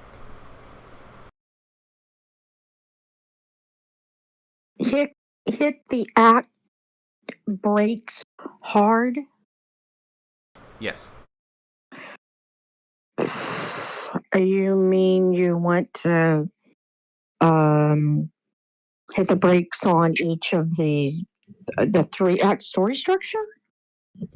So we're talking that breaks with B-R-E-A-K, so meaning like the transitions from act to act. We're not hitting the brakes with the A. So go ahead, Ivy. Is it really showing people, we've come out of Act 1, we're going into Act 2 now, kind of thing, or we make it very obvious we're transitioning between one part to another? Yeah. So what's an example of how you might do that? Like, or maybe a way you've seen this done before?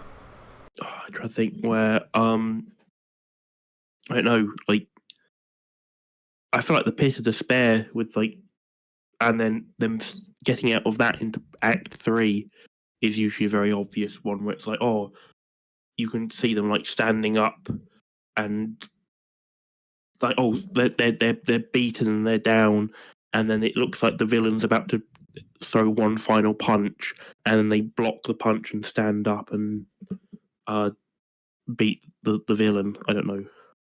Okay, so let's maybe take a step back and think about the function of act breaks. What is an act break supposed to do in a show? As I said, to progress it on to the next part, to the next sort of stage of the story. Right, but so since every scene does that, every scene is progressing us to the next stage of the story, let's look at the act breaks as these moments of propulsion. So we're trying to move with momentum and energy from one section of the story to the next, more so than you would in a scene. And a great way that we can do that is with something like cliffhangers. Have you seen cliffhangers used at a TV act break before? I think so, yeah. Yeah, it's one of the most common ways to do an act break on TV. So we lead your characters up to a situation. It seems like we hit a turning point, or a reveal, or a new question, or a betrayal, or one of these, what's that dramatic chipmunk meme from forever ago? It's like, bum, bum, bum. A big reveal, big new change in tactics, a big new threat that we're going to have to deal with. Cliffhanger makes an excellent, reason to keep watching until the commercials are done. That's one of the main functions of act breaks, is to keep the audience there until the commercials are done. That's a lot to ask of somebody in a world where you can take out your phone at any time, change the channel at any time, open up another streaming service at any time. So maybe let's really clarify what we mean by effective act breaks. An effective act break keeps the audience in their seat to begin with. So that's why, although every scene does have that function of we're trying to portray interesting drama and characters accomplishing goals and making progress and all these things that keep people watching, you have to look at the act breaks as an opportunity to stop watching. And your goal is to convince people otherwise. And one of the best ways to convince people otherwise, and to thus create that sense of momentum and movement, is by making sure that the major turning points of your story are falling on the act breaks. And that means that usually we want to have, if we're leading up to a big reveal, then in terms of where to place that, usually you want to put that just before the act break. And then the implications of that reveal become clear after. So you don't want to do the annoying version of this is we open the door and your character's like, oh no, cut to black. Right, now we're in the commercial. The better version of this is your character opens the door, they're like, oh no, and then we show what's on the other side, and it's something we didn't quite expect, and then go to commercial. Because then we will be left with a little piece of information, rather than saying we've withheld information to artificially create a cliffhanger. You have created a natural cliffhanger because we showed what the thing was, and now the audience is left in suspense as to what the consequences or ramifications of that thing will be. Does that make sense? So you think of act breaks as this really important moment where you need to grab and maintain attention, much more so than you're going to on a scene-by-scene basis. And act breaks shouldn't feel like, okay, I guess that's it. Well, we'll see you after the commercial. It needs to feel like, oh no, holy crap, we have to get back after the commercial or else we're going to miss it. We're not going to see how are they ever going to get out of this one? How is he going to respond to that, to hearing that, the killer, we just discovered the killer is your wife. And then off his face, we cut to black. That is like an act break on TV. That's how TV act breaks work, with a sense of something interesting and propulsive happens, something that grabs us and brings us in and makes us have to keep watching. That's what we mean when we say hit the act breaks hard. Your act breaks shouldn't feel like a limp, like a bleh, I guess. So that's where we just came to a stop. It should feel like some interesting turning point was just reached. Go ahead. So was it originally then for TV there to basically force you to keep watching through the ad so you don't miss the next part of the program? I'm not sure if the chicken or the egg came first, in the sense of, did act breaks, or like is the point of TV to just get us to the commercials, or were commercials simply capitalizing on the long form storytelling of TV that can be broken up more? I don't actually know exactly. I would think maybe in the very early days we were thinking of the show as just a vessel to get to, or as a vehicle to get to the commercials. So maybe, yeah. I don't have a great answer for that, but you could, if it helps to think of it that way, as like, this is the thing you have to write an act break that's so good that it's going to be worth sitting through the same, Chevy ad 4 times in a row on Hulu in order for them to watch what's on the other side. So it's that moment of potentially losing all of your attention and progress that you've made in terms of like keeping the audience invested, and it's a time where you have to redouble your effort to not do that. Does that make sense? What we want to do with act breaks on TV? I think so, yeah. Okay. So nothing kills your pilot faster than lame act breaks. Getting from, like, we build up to the end, it's like page 12, and then we're expecting some cliffhanger, some reveal, and it's just a conversation scene, and your character's like, all right, well, see you at work tomorrow. Yep, see you, man. End of Act 1. Act 2. And who would be still there for that? No one. No one would keep watching after that point. So, energy and momentum. Go ahead. Could you do like a comedy version where you start it out where it looks like, or it's just, you make it look like it's just going to be this big reveal, and it's just like, oh, hello, Fred, how are you? So I'm good, thank you. I'll see you at work then. Would you be able to do it in a comical sense? It was like a comedy, it's like a gag. Yeah. Almost anything can work as, like, almost anything can break traditional guidelines if it is funny. Like, because in a sitcom, or not just a sitcom, but in a comedy, if the audience is laughing, you're succeeding at your job. So you can break any rule if it's funny, pretty much. If it completely destroys your story, obviously you're in trouble. But yeah, you can always build up to something and then at the last second back away, subvert it, pull the rug, or something like that for a laugh. In a comedy, you need the act breaks to be laughs. Okay. Yeah. If your first act break in a comedy is not funny at all, either you're not writing a comedy or you've goofed it as of the very beginning. So careful with that. Think of the emotion of your show. The act breaks should generally feel like they are engendering and amplifying that emotion. Okay. Okay, so think about, like, you should be writing to the act breaks. Like, this is what I'm doing when I'm even in features. The first way that I'm brainstorming on features is I walk around, I take walks, listen to awesome music, and then think, how could the act breaks earn those soundtracks? I feel like maybe I want to talk about that more in a different class later. Like, it's a whole, like, could go more into that idea of using music for plotting and structure. Okay, so let's not watch this video right now. Go away, Vince. So our options are 30 minutes or 60 minutes. You're either dealing with 3 acts or 5 acts, which leads to some weird confusion because it's like 5 acts is still 3 acts. You can see these like divisions are still there. We're still splitting up the story in the same way. It's just that you have 2 additional act breaks on top of that. So you have Act 1, 2, 3, 4, and 5. Midpoint is like, in especially hour-long structure, it can kind of like fall at the break into 3, or maybe it's like a point in the middle of the 3rd act, just depending on exactly how you pull it off. So there's some variation. There's not one right way to do it, but in any case, let's just, do I have a page number breakdown of this? No, I guess I don't. That's okay. I think everyone in this class at least has heard it a million times, but let's just look at the very basics. So within your first act, we're meeting your character in the world that they live in, and either introducing them to the new and different world of your show that they're like entering for the first time, or we are dropped directly in the middle of the characters' lives, and we have to just sort of learn around them what's going on.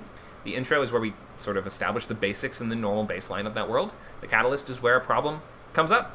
And the problem could be, or it doesn't have to be a problem, it could be an opportunity or a problem.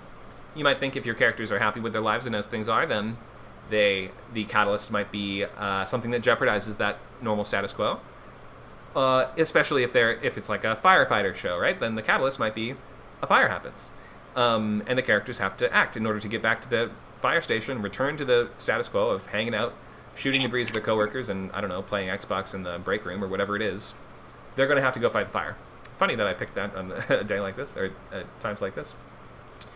What else? So the catalyst is now either introduced. It doesn't have to be something unexpected. It could just be your thing of the week. So there's been a murder. We find out about the murder. We get a briefing on the serial killer of the week or the monster of the week, whatever it is. Trying the locks is a great place for your characters to figure out how they might approach solving the problem, or maybe they attempt to solve the problem in the obvious ways to begin with. If the catalyst is, I have someone stalking me, trying the locks are probably going to start with your character calls the police or makes a police report. And then we come to see, oh, sir, I'm afraid we can't, legally, unless you have any evidence, we can't file an injunction against the blah, blah, blah, blah, blah, right? So this is where your audience sort of gets those obvious solutions out of the way. And then we realize what your character is going to have to do to succeed in Act 2, and that's going to be your first major act break that you're working up to. Some big reveal, some big cliffhanger, the accepting of the character's journey, understanding what my plan is going to have to be, accepting a team up or partnership, something like this. And this could be, if we're doing a family sitcom, Catalyst is my kid is going to be, like, when I find out my kid's going to be super late for the big soccer game, Trying the Locks is your character trying to get anyone else to take them. It's the poker night. I can't take your kid to the soccer game. It's the guy's night. We try to get mom to take him. Mom can't do it. Try to get the sister to take him. Sister can't do it. Your main character tries to convince the kid, hey, maybe you don't want to play soccer. Maybe you want to take up hockey instead. We're doing all the obvious stuff to get out of going on that journey. And the break into 2 is where your character basically accepts that journey and says, okay, fine. I guess I'm taking you to soccer practice. Or practice, the big game, I guess, right? The practice wouldn't have high stakes. So then we go into premise scenes, where we're now doing the main thing that you promised and sort of executing on that central premise as you outlined it, like that.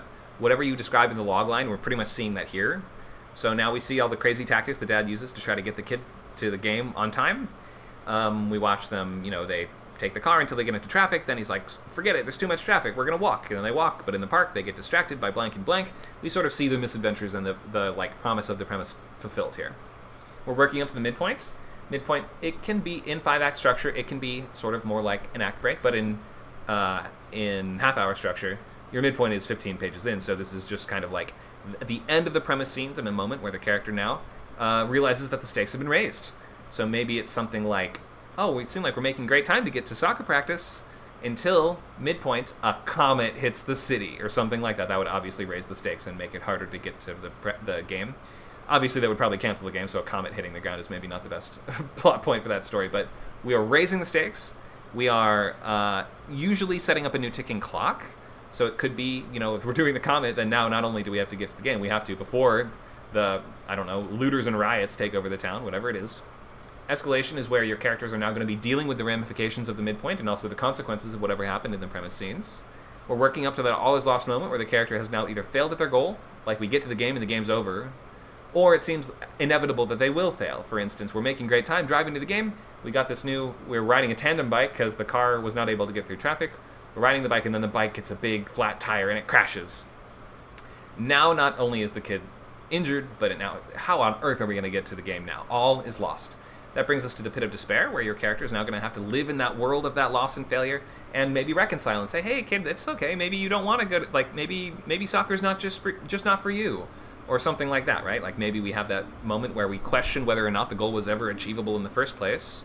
In any case, we're working up to the break into 3, which is that last major cliffhanger and propulsive turning point in your story, where usually a great way to do this in half hour is your character realizes the thing that they sort of need to do at the end of the pit of despair, but it seems like time is running out, and how on earth are we going to get there in time or be able to pull that off?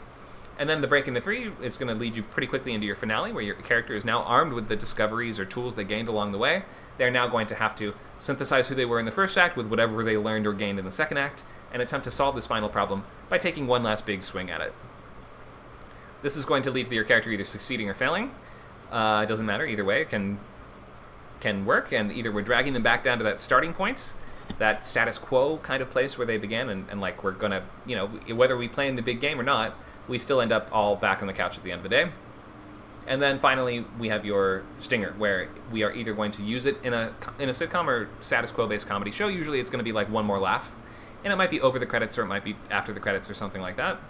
In a premise show with a plot that needs to be advanced, the stinger is a great place to reflect on how far we've come and to look at how far we have still to go. So if we may have beaten the first villain, but now we're going to look at a database of all the villains that we found out about from this list that we got from the first guy.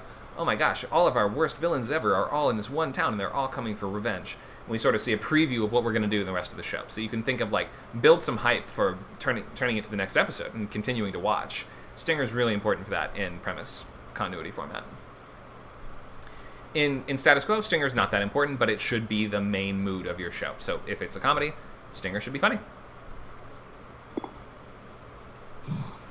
Okay, and then you can see the 5-act structure as well. Major beats are the same, but you've just got those additional breaks, so make sure those still feel like interesting turning points, interesting cliffhangers, and these sort of propulsive springboards that will have us continuing to watch through the commercials. Like, they're going to demand that we return after that break and see how it plays out, see what happens, see what the ramifications or implications of what we just learned are, see how the threat is dealt with, see how your character deals with some new problem that's been introduced, or the effect of some problem that has now become clear.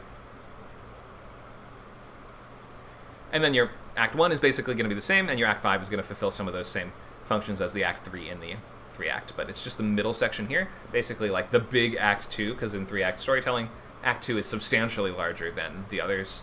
It's going to include your premise scenes, midpoint, escalation, all is lost, and pit of despair, all in Acts 2, 3, and 4. Okay, I realize this was a pretty quick crash course, but that's because everyone else in this class, I think, today has been in many of my other classes before, and we don't have to belabor story beats. Let me just ask, before we go into about 15 minutes of open lab and brainstorming on your show premises, are there any questions on the basics of what we talked about today? I don't have a question about the basics. It's just that I realize that I've written several different log lines for my vampire cop show that I'll probably get to sometime in 2026.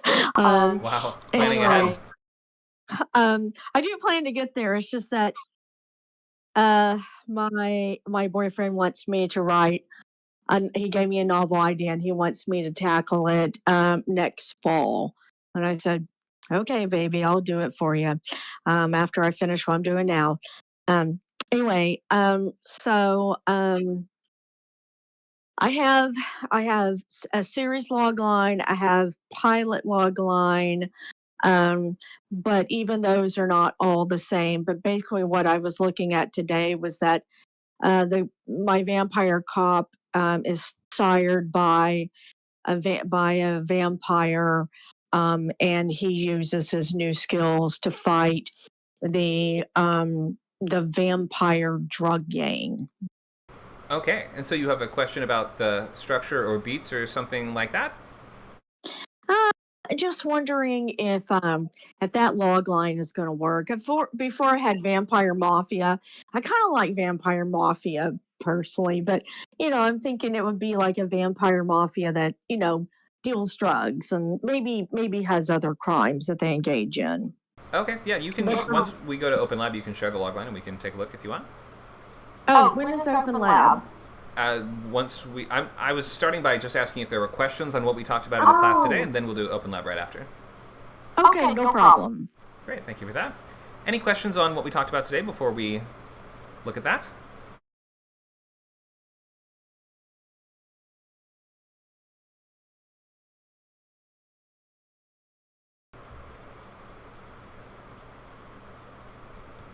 Okay, if not, then we'll just go right to lab.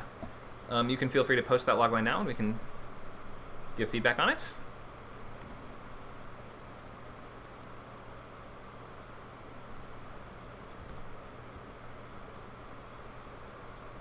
Or anyone else, now's the time to get feedback on your show ideas.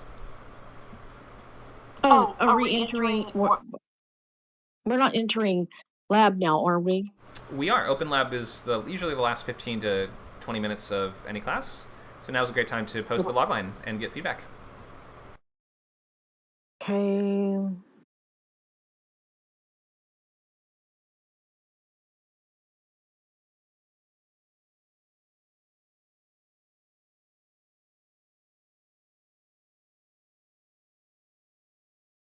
Okay, I'm gonna post my little.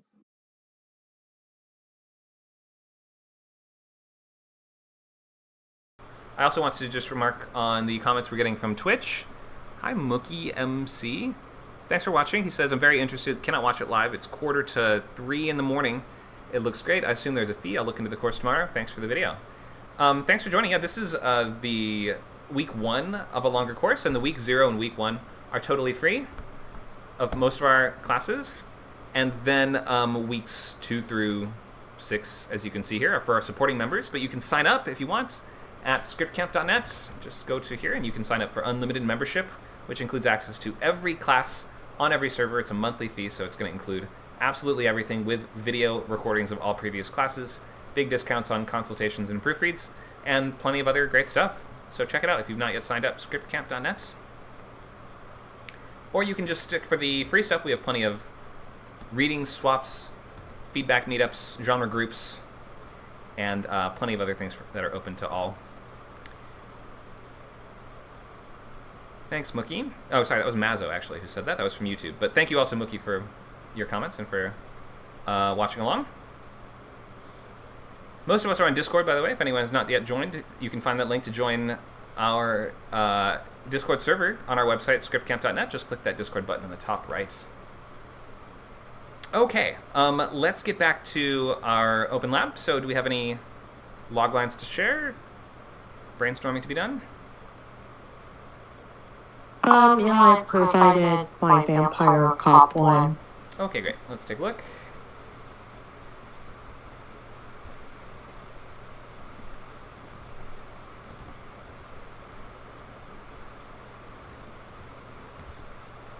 Okay. Oh, Go ahead.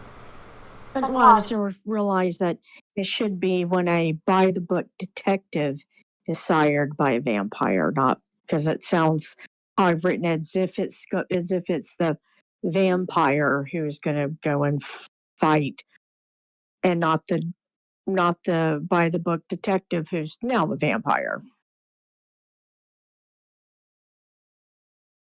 I'm going to read it out. So, series logline.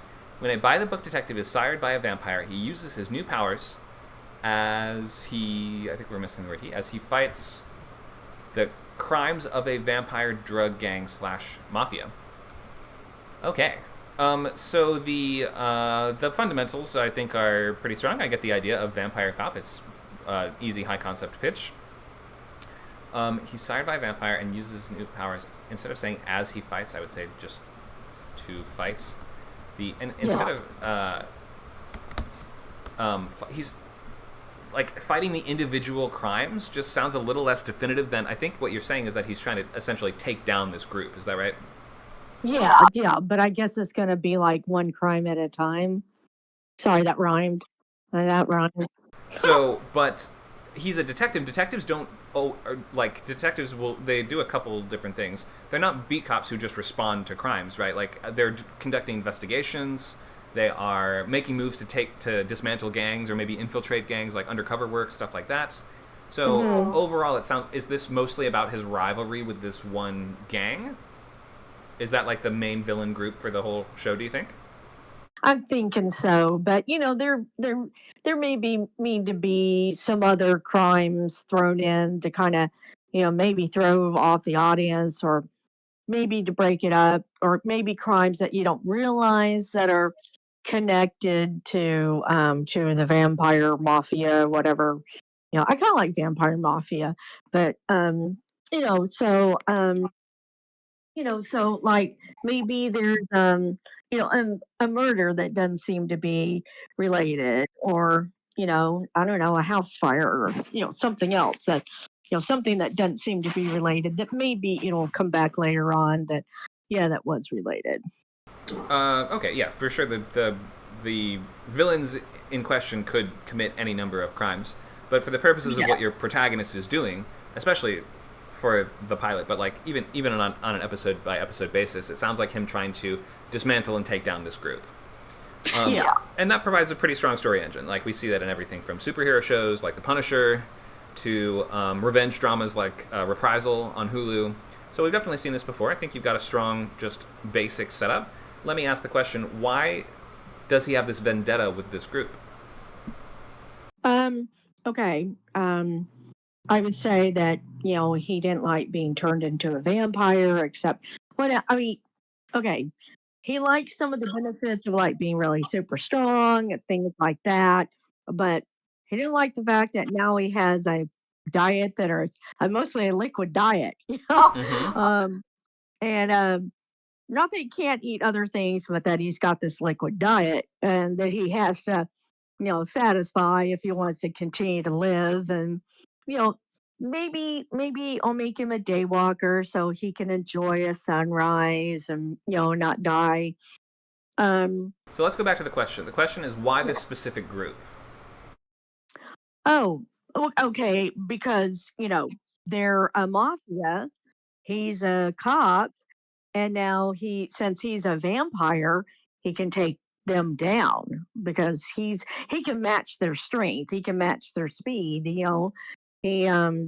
he knows how to go after them, and maybe they've been hiding in the shadows, or maybe he knew that he had been going after this mafia, but he didn't realize they were vampires. And now he's a vampire and he can go after them. Oh, okay. So you're saying he was already in a vendetta with them before this happened, and then when he gets the powers, then he's able to pursue the same conflict, but at a greater degree. Yeah, I'm thinking maybe for the pilot, maybe I don't know, maybe his cop buddy was killed by this mafia, you know, and he wanted to bring them down because, well, they're a mafia and he is a cop, and maybe and now he's got a reason, an even deeper reason to, because they killed his buddy, and then he gets turned, and now he realizes that, okay, I can really take them down because I'm a vampire myself. And is he turned by a member of the mafia or a separate, different other vampire? I'm thinking he's turned by a member of the mafia. He is. Okay. So what role does she play? This is an important part of the story engine. I'm thinking that that he was turned, just basically he was another meal to one of the vampires, and he survives, and for whatever reason, and now that he's turned, like I said, he can go after the mafia. Well, but my question was, what role does the person who turned him play in that? You don't have to know the answer. It's okay if you're still deciding, but like, is she the boss of the group? Is she a soldier? Is she a high-ranking member, low-ranking member? I'm thinking maybe just a soldier. She was maybe looking for a meal, a quick bite. Right. And maybe maybe I don't know, maybe he never finds maybe he's never able to take down that one vampire, or maybe he is. So I'm thinking that vampire doesn't necessarily play a huge role. It's more about him going after the vampire mafia. Okay, but then so it just feels like it's not that personal for him. Like, there's you just have all these tools available to you that you're just not using, I guess. It seems to me. Okay. Like, why not use that character that turned him as one of the major characters of the series? Why not have her maybe be a part of this group in the first place, so that he, it can sort of, even if he was aligned against this group before, now maybe he has this added aspect of, I need to get revenge against the person that turned me. Or maybe it's like I have to follow her orders and tell her and she tells me what to do, and I have to be her servant now. That sometimes is how vampire stuff works, right? Like, if you turn someone, then they become your ghoul or your slave, right? Mm-hmm. I'm thinking, okay, the reason it's, like I said, the reason it's personal is because, his cop buddy was killed by another vampire. And so now maybe the vampire who meant to make him, a snack, maybe her, her fellow vampire ended up killing his cop buddy.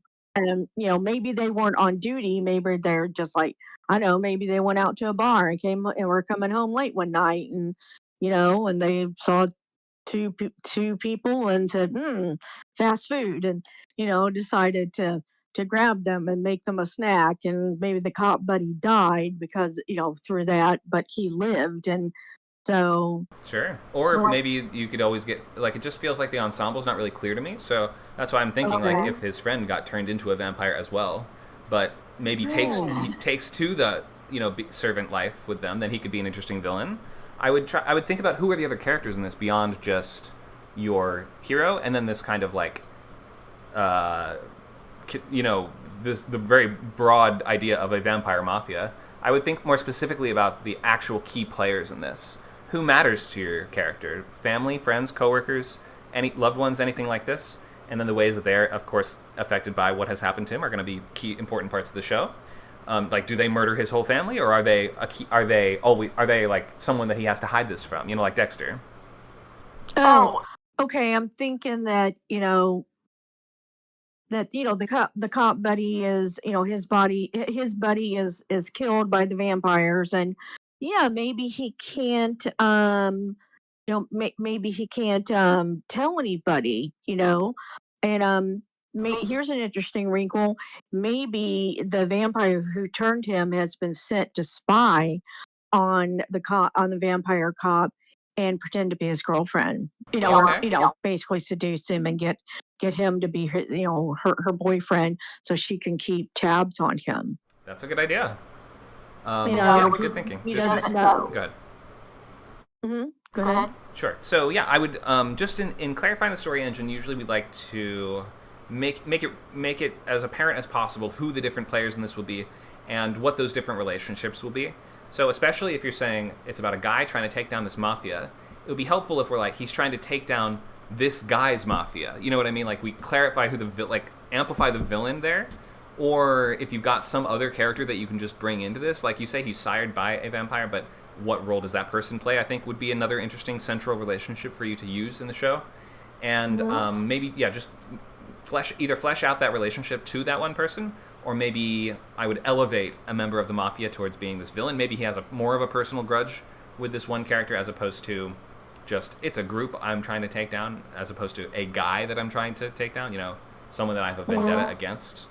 You could also, I was thinking as well that if you, what did I lose my train of thought? Where'd it go? I just had a good idea. Let me talk and see if I find it. If your character, his best friend, is either killed or taken by the vampires in the pilot, and that happens early on, that could always set off his quest, and then later you could reveal, in fact, that guy was not, in fact, killed. He's become one of these villains. Maybe the movie Renfield does this, actually, now that I'm thinking of it. Maybe I could be misremembering. Anyway, so yeah, plenty of I good... don't want to copy Go ahead. another movie, so maybe instead the cop buddy is killed off, but he's not just a guy he works with. He's his best friend. He's his ride or die. Sure. Literally. Long-term partner, best friend. Those would be good. And so for him, it was, so for him, it's very personal. He feels like it wouldn't matter if it were a human cop, a vampire cop, whatever. He's gonna go. Oh wait, I think I remembered my point. Oh, sorry if I cut you off. Go ahead. Go ahead. Sometimes if I remember it, I just speak it out loud, and I just do not even take into account if I'm interrupting someone. So apologies there. But my thought was, if maybe you said they're vampire mafia, right? So it could always be they kill his partner and then they cover it up, and then he tries to look into it, and his boss is like, no, stop, you're not allowed to look into that anymore. So if they actually act like a real mafia, that could provide a really big barrier for him to, like, only now that I have vampire powers can I contend with these people that have almost unlimited influence and control. And maybe his boss is on the take. Oh, sure, easy, yeah. Boss could be on the take. Boss himself could be, someone that the vampires are offering money or treasure or blood to. Like, you always have those people that they're sort of vampire wannabes, so they do whatever the vampires want, and they, for rewards from them, you could always use those characters too. Makes sense for cops to be those sort of type of character. Maybe the boss is a Renfield. Sure, it could do that. All good ideas. Yeah. Okay, I like that idea. And then I also like the idea that the girlfriend that he meets is actually the vampire that turned him. But she's been sent there. Maybe she's the mafia. I'm thinking maybe she's a mafia princess who was maybe training or maybe with a trainee, to teach them how to kill. Maybe she's not just a pillow princess or whatever. She's not just there, looking pretty, but that she's out there training, other vampires on how to hunt and kill better, Sure. But she's a vampire mafia princess, and so yeah, he meets her, and maybe, it's going to take a while before he realizes she only wants to be out at night, or maybe she's a daywalker too. I don't know. Maybe that could work. Sure. Or she actually falls in love with him. That's always another sort of wrinkle that you can add in? Oh, yeah, but that'd have to be like a couple of seasons later. Oh, sure, She'd have the first season. She'd have to just be using him, and and him fall in love with her, and Makes sense. But- Okay. We do have to wrap up now. Hopefully that gave you some ideas of where to start. I think that's some good. You're on the right track in terms of fleshing out the ensemble by adding in those other important people. Yeah. Okay. Oh, and maybe there needs to be somebody like some sort of like a reporter that that knows about this vampire mafia and is trying to expose the vampire mafia and the cop. Sure. Good ideas. We do have to wrap up because we're over our time, but keep working on that one. And we also have one more. I'm doing another class this week, or a couple more classes this weekend. I'm doing novels tomorrow, 12 to 2, and lab tomorrow, 4 to 6, and then on Sunday, features from 11 to 1. So here's the goals for next time. Try to finalize your pilot and series loglines. If you're a member, you have a loglines channel that you can post these in and get feedback during the week, or you can post in the just feedback channel anytime. We have the added goal of try to finish your story beats outline. I know we didn't get a ton into the weeds of how to do that today, but I've done tons of other classes on just the specific page benchmarks and goalposts in terms of structure. And your last goal is to read one TV pilot. You can get a link for that by typing in !pilot or pilots. Let me just double check pilots in our chat. And therefore, there it is. You'll get a link to a ton of pilots to choose from, comedy, drama, US, UK, and everything else. So read one of those from beginning to end and be ready to answer questions about it. Just what did you read? What did you like, notice, and learn? Just basic questions like that. And that's everything for next week. Thanks, guys. I'll see you either tomorrow for novels or lab, or on Sunday for features. And otherwise, there's plenty of other stuff going on the weekend, so check your events tab for all the groups, workshops, swaps, and meetups coming up. Okay, and thanks for everybody watching on other sites today, too. We had Twitch and YouTube, so we hope you guys come join us on our Discord community. But otherwise, thanks for being with us. We'll be back for next week.